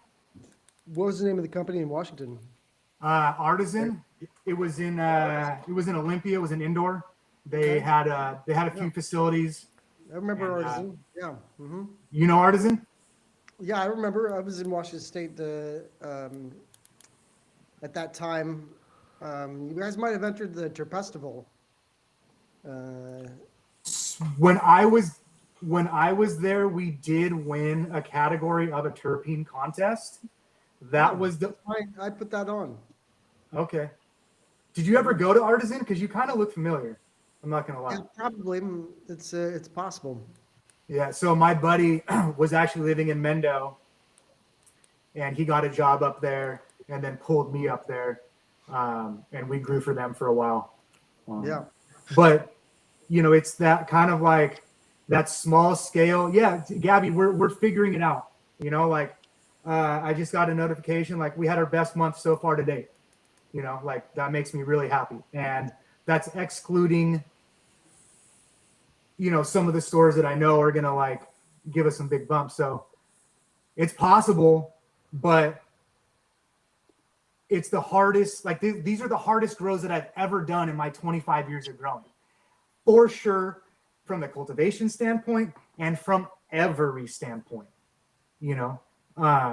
so luckily Tony's a great guide in a lot of different ways, not just with cultivation knowledge, but my wife is an extremely bright and very driven woman. She's the smartest person I know. My brother-in-law is a product of Tony, also is very good with plants, knows this shit backwards, left and forwards, and has basically taken the reins and been we've all been okay, we don't know how to do this, but we're going to learn how to do it and we're going to make it work. And I've got this goal in mind that's just kind of developing as it goes. Because I worked in that cut and dry environment, right? Where we had to predict 8 months out what was going to be harvested. And so we had to back that all the way to okay, how do we get to that point? Meetings, all that shit, investors come through, and we've really been able to kind of make it what it is because we can do what we want. And I feel like the family story is really what kind of drives that. And so you just take what's working and keep going with it, and we learn as we go how to do these things, how to improve them. I mean, we changed the label once, probably going to change it again. Why is that? Because we put the weeks on the label, right? Oh, Mm-hmm. I thought you never- meant the overall the logo. No. Because I love never- that. No, I was that why are you that messing shit's- with that? That shit is timeless. And and that's something that we didn't say, hey, let's create a timeless. No, it was we just did us. And I feel like the more you can do you at whatever it is in life, the more successful at that you will be. It doesn't mean that you will be financially successful. It just means that you will be better at whatever it is you are trying to do. Mm-hmm. The second half of it is figuring out that financial side, which for guys like me, you guys, is super hard because the big money way don't work. Adam, he just got axed from his thing after the one in fucking Potter Valley, after he got that place up and running. Mm-hmm. I've been axed after doing like, you know, increasing clone production from 25% to 75%, you know, and then getting the axe, and then they try and repeat your process, and just like that shit don't work. You know, having a big money investor don't work, because look, the weed's not worth anything. So all this money you're pumping into it, you're not getting it back out. Like, what is really going on here? It's a bunch of people that think they're doing the right thing. I don't know what I'm doing other than taking what he embedded into me and saying, hey, I like to grow and smoke good weed. And there's other people that like that too. And it's my job to connect with those people. And if I can do that, then I've got something. But that's a big task also, because having a family, I'm also, you know, I'm probably 15 minutes here. I got to do a lawyer call. I'm an expert witness also. So I got to go from this to having probably an hour and a half, 2 hour long conversation about a court case, and then to the greenhouse, and then to the kids.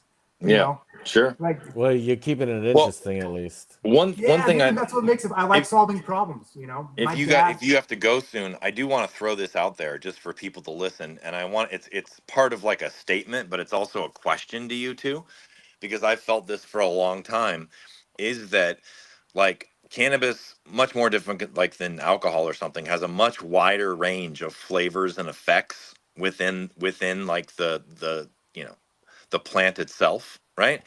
And the stuff that you guys are doing, like maybe some of the pearls or the Band-Aid or what have you, I think there's certain kinds of effects that only seem to show up in plants that are 12 weeks and longer. You know, like there's tons of people that are like, I love this 15-week Band-Aid. We just need to get it on a 9-week plant that structurally yields like Blue Dream. And I'm like, maybe that exists, but I've never seen it. And I feel like some really terpy things like cherry pie, or there's certain things that like are really fast and they tend to be terpy, but they also tend to be like light in buzz. And then there's these certain sativa type effects that only seem to appear in these 12 to 15 to 16 week varietals. And I can like, maybe like in Jack or Super Silver Haze, you'll get a hint of them in the ones that finish earlier. But in order to get that like uplifting, psychedelic, really interesting buzz, you pretty much have to grow the type of stuff that you are to get it. You just like, I've never seen it. It has to be in that. There's something about the THC or the terpene development that on these longer flowering ones that isn't replicated on like some kind of 8 or 9 or 10 week production plant. So I've talked to 2 different one sells seeds, one sells clones. I talked to the seed guy. He sells, you know, 10-week Band-Aid, right? Okay. And we had a conversation and said exactly what you said. We had an agreement that you got to take it to the longer time frame to get that effect. You can't have a 10-week Band-Aid and have the same effect. Online, he says a different thing because he's in the business of selling 10-week Band-Aid seeds. Yeah, sure. Okay. I know of another company, they also sell 10-week, 11-week Band-Aid cuts. And I know someone that has smoked those, and he has said that the effects are not the same as if it was a 16-week. So, right, we're in the business of selling this long flowering shit. So it's in my best interest for that to be where the magic is. But I don't impart my experience upon anybody else. Okay. I just rolled this Band-Aid Haze, Original Haze. I'm super high right now off of like a couple of hits. That's my experience. And you're about to do a court hearing. Not a court hearing. Just, and we talk about that a lot, the maturity of the trichomes, right? And it's the duration of how they mature from these immature to mature to over mature that give you the combination of these effects in different ratios, more so than if it had finished its maturity in 3 weeks, and you're not getting as much of a swing in terms of the type of trichome in terms of maturity. You're not getting the complexity. Yeah. Right. So like the African haze will start to form trichomes at, you know, week 6, and they'll continue to mature and get over mature. And then you have another flush, and then you keep having these flushes by the time you get to 14, 15 weeks. some of those trichomes are like dead and done, but it's all that shit that's in there that's left over that has been produced. That is what gets me, I think. You get a certain amount of a ratio of amber to clear to cloudy and all of those in between. And I think that's what creates the length of the high and the duration and the intensity.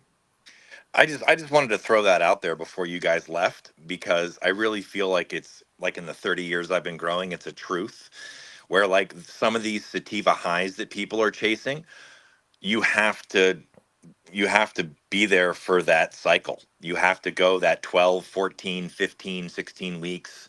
I've been doing it for 57 years, and I always go for the long flowering. I'm not saying long is always better, but I'm just saying like there's a range at which those sativa traits start to pop up like more religiously, and it's in that 12 to 16 week range is where you start to get phenos that express that to me. And so I just want, so basically I guess what I was trying to say is there's no shortcuts to that type of high. And it's hard for growers because that's an extra month or two of keeping it nice, keeping it healthy, keeping it pest free, keeping the mold off it, doing all these different things. The longer it's flowering, the harder it is to keep it in that sweet spot of health. There's more time for things to go wrong. But right. I think that buzz and that feeling, there's no other way to it. We had somebody do a test run on the pearls. They made some hash out of it, and then I don't know the response to. I asked them how the effect was, and I don't know if it was to the bubble or for the rosin, but they have said the effect is like nothing they've ever experienced before. And this is an award-winning company. They make very good hash, and they make it for a lot of the award winners. So they definitely have a baseline for quality, I guess. And so for them to say like it's like nothing else, and that was at those ones were 12 weeks. The ones that I am getting washed in a couple weeks, we froze a bigger amount this time. Those were at 18, and some of them are at 19. So when this pearl rosin hits the market, just remember everybody, that shit was grown for between 18 and 19 weeks, and there's stuff that we could have cut into the 20th week that I just didn't have the bandwidth for. That's like may end up being some tie stick type stuff,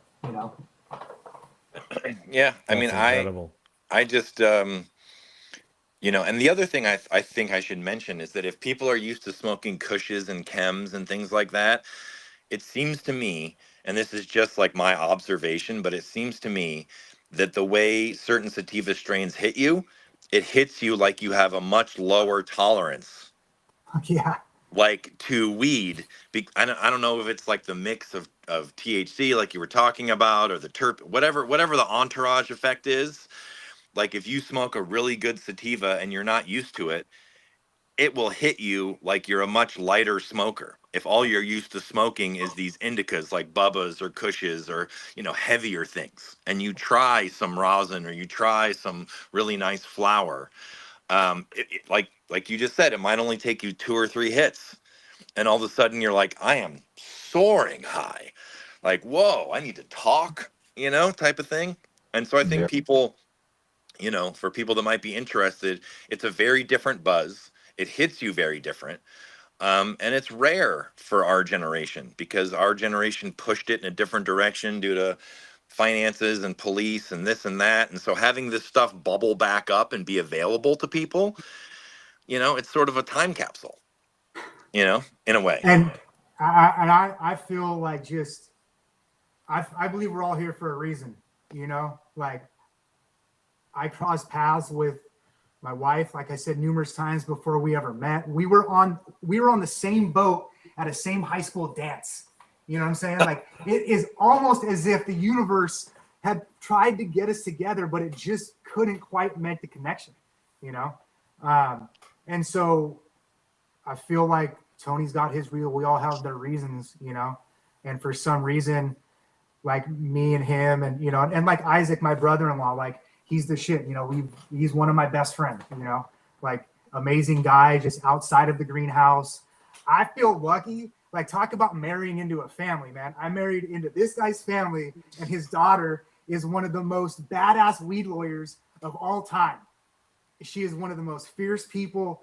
She is just like a force to be reckoned with, you know? So it's nuts that as an herb grower to like walk into that, I'm just like, and then to have the access to the genetics and be exposed to the pearls. I mean, regardless of where this Budularo stuff goes, I feel like I've already got rewards from the lottery. You know, we'll see how big the jackpot is. And the jackpot meaning like just us being able to continue to do this. The satisfaction. You know, because I think once you lose the interest in it, then everything goes away. And all of this has reinvigorated myself.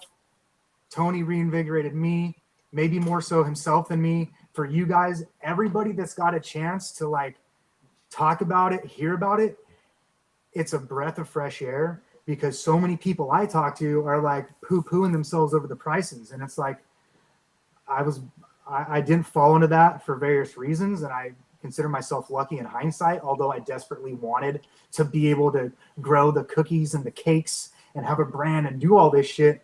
Like, I feel like if I'd gone that route, it would not have worked out. So just to be on this like timeline and this path, and to be cracking this time capsule, I mean, the picture I posted it a couple times before. There's 100 seed vials in that box. There's multiple generations of opportunity at keeping a seed business and a family Budularo business going just in that one box, you know? And it's all about a labor of love, you know, and being persistent. And, you know, I mean, if somebody's out after money, they go big or they go with what's popular. And Budularo is going with something that's different, that's way more challenging and way more, it takes a lot of love to really finish it and want to get it done the right way.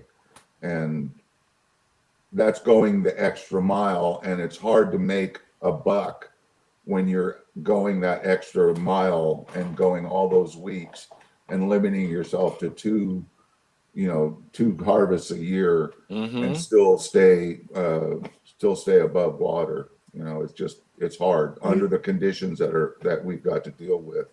Well, I'm glad you guys got to say that before you guys had to go, because I feel like people should hear that, like, even though weed has been like sort of semi-legalized now, you know, like on the state level, it's not like state to state yet. We're still sort of like contained. All these rules we're going through right now, a lot of them will change over time.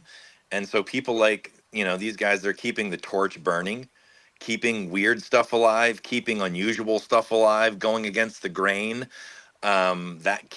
basically keeping it going until it can gain in popularity, I think is really valuable, because... And it's a repeatable, small scale business. It's not meant to get huge. It only stays as good as it is on a small scale. Well, once you start taking it above that, it loses its beauty. The funny thing about craft is everybody agrees that at a certain scale, craft goes away. It's just people argue about what that scale is, like when craft stops.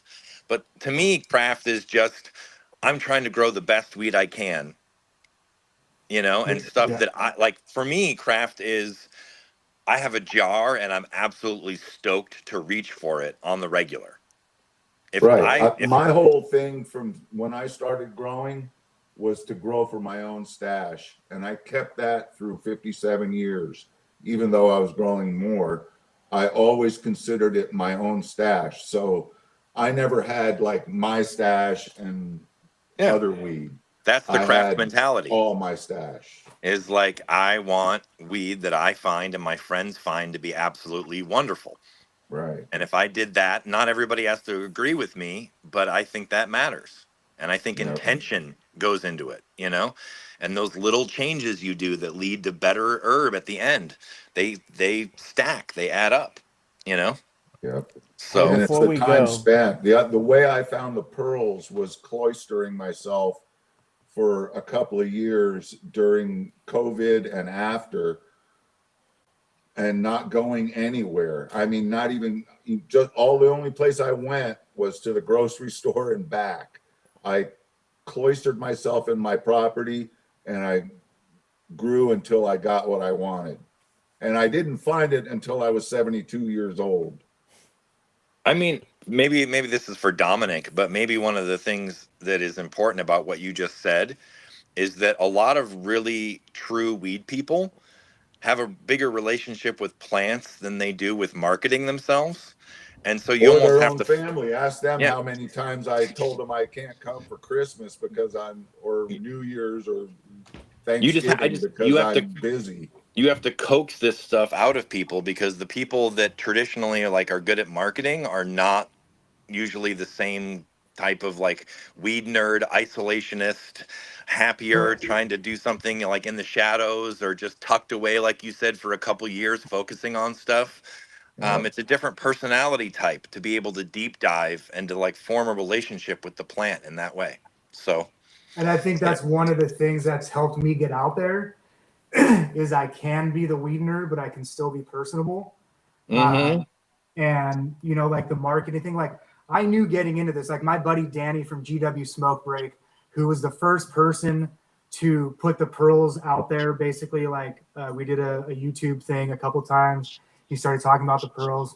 He's like, Dave, you got to get out there. You got to put your face out there, and it's unfortunately, it's really important.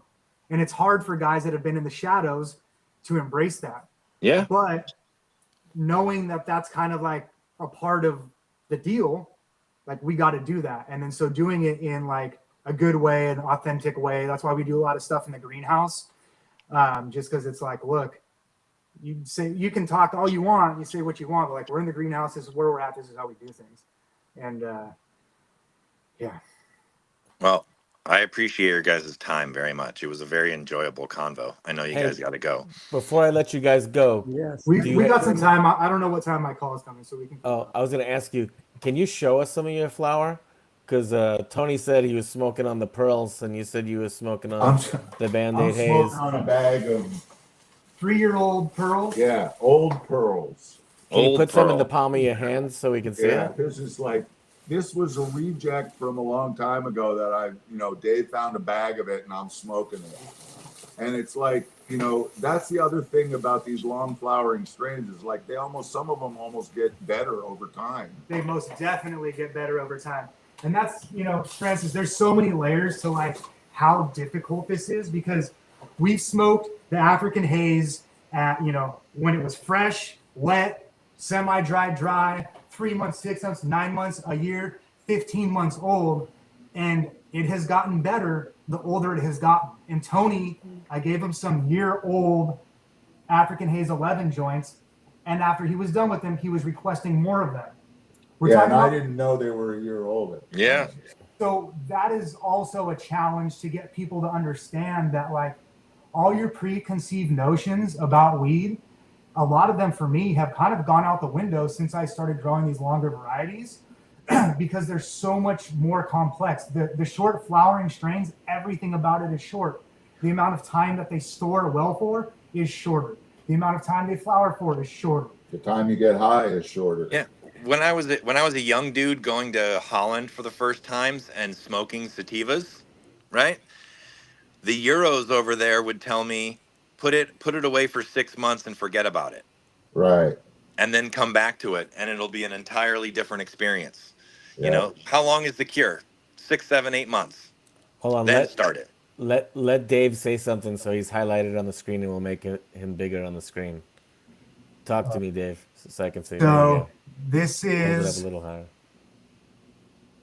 This is an African Haze original haze, or a Band-Aid Haze original haze. This is 18 weeks. Wow. That's what 18 weeks looks like. Yeah, so we got jars that are going to have 18-week strains in them. It's my attempt at trying to do some marketing on the packaging and try and create questions, and then also you know, for all these people that are trying to say that they're growing sativas and they're growing 8-weekers, you know, and it's like maybe 25% sativa from like a Neville's haze, you know, like and this is what I trip on in hip hop, people get called out for shit like that. But in the weed industry, you start calling people out and it's like, oh no, it's like this big deal. Like you can't say that. And it's like, you know, it is what it is. But people will realize, you know, once they get to have the experience, like, oh, how come this 16 or 18 week sativa is different than this like 9-week sativa? You know, they'll realize it at a certain point. Yeah. Just like I did after meeting Tony. I was all hot and heavy on the sour. I had just finished a decent sized light dep of the sour. The first time I ever smoked with him, he's just like, boy, let me show you what I got, you know? And I was like, hey, this guy's got to know what he's talking about because he's been smoking for longer than I've been alive, you know? Tried it. Hey, guess what? He knows what he's talking about, you know? Well, I want to say something. So when we met, somebody suggested that I check out your sour. And luckily you had a little bit of sour in a jar. And I can honestly say it was probably the best sour diesel that I've seen in many, many years. And it had the exact smell that you're looking for in sour diesel. And it was grown in a greenhouse. You know, not indoor. Yeah. So like Greenhouse grown Mendo sour. I Light might be dep. prejudiced, but boy, yeah, light depth sour in Mendo. Yeah, it was amazing. And you know, one thing that I knew at that moment was that you guys were extremely skilled cultivators. And you know, I put it out there to you before. I want to say it publicly. I'd like to get you the sour that I have because I want to see how it turns out when you grow it. You know, because like I said, I know you guys do a great job. So Thank you. We appreciate that. yeah, and I look forward to what was the dispensary in Santa Rosa that you said that sells your stuff? Sweet Spot. The Sweet Spot. Yeah, Yeah. I'll be having to pay some visits over the Sweet Spot and get myself some nice Yeah, I think, long-term flowering stuff. Yeah, the sour I think is it on the menu right now? I think it's off the menu, but it's Well, I going mean, back on. Like, I really want the pearls and the Band-Aid and you know the stuff that takes 4, 5, 6 weeks longer than. hey, if you than wanted that to, sour. if you wanted to cure, call them in like a year.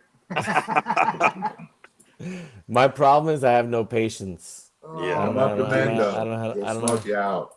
Yeah, I mean, by I'd the love time to. I hit, like right now, we're at enough weeks that I'm just like, oh my gosh, I can't believe I've got 6 more weeks to go. It's been a long time. You know, my buddy planted after me and has now harvested before me and could almost get another run in before I harvest.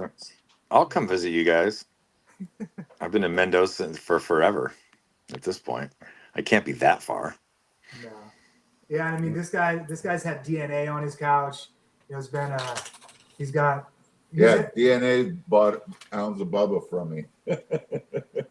Chip from Royal Gold is a good family friend of him, and they shared a lot of information and cuts online. And I met Chip at some of those harvest festivals you were talking about.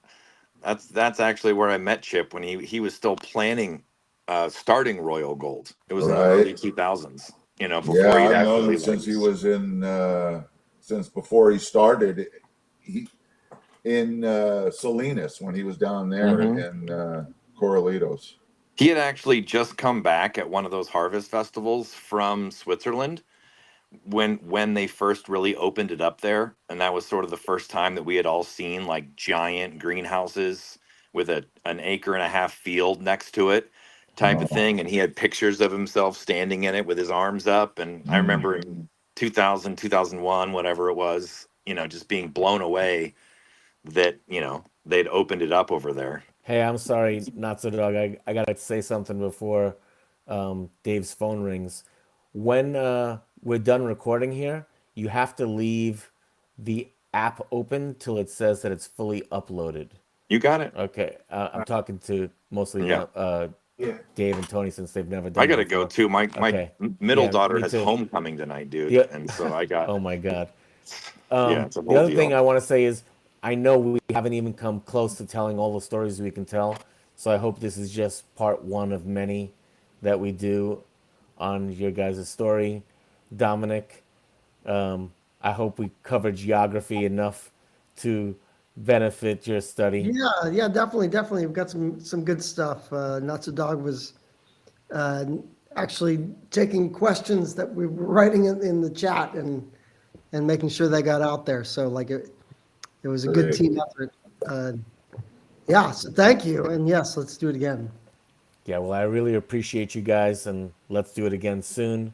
Dominic, Notsodog, Dave, and Tony, thank you Cool. guys for making this happen today. Thank Very you much for so. having us. It was an awesome you. conversation. Yeah, it was fun. You guys all have a lovely day.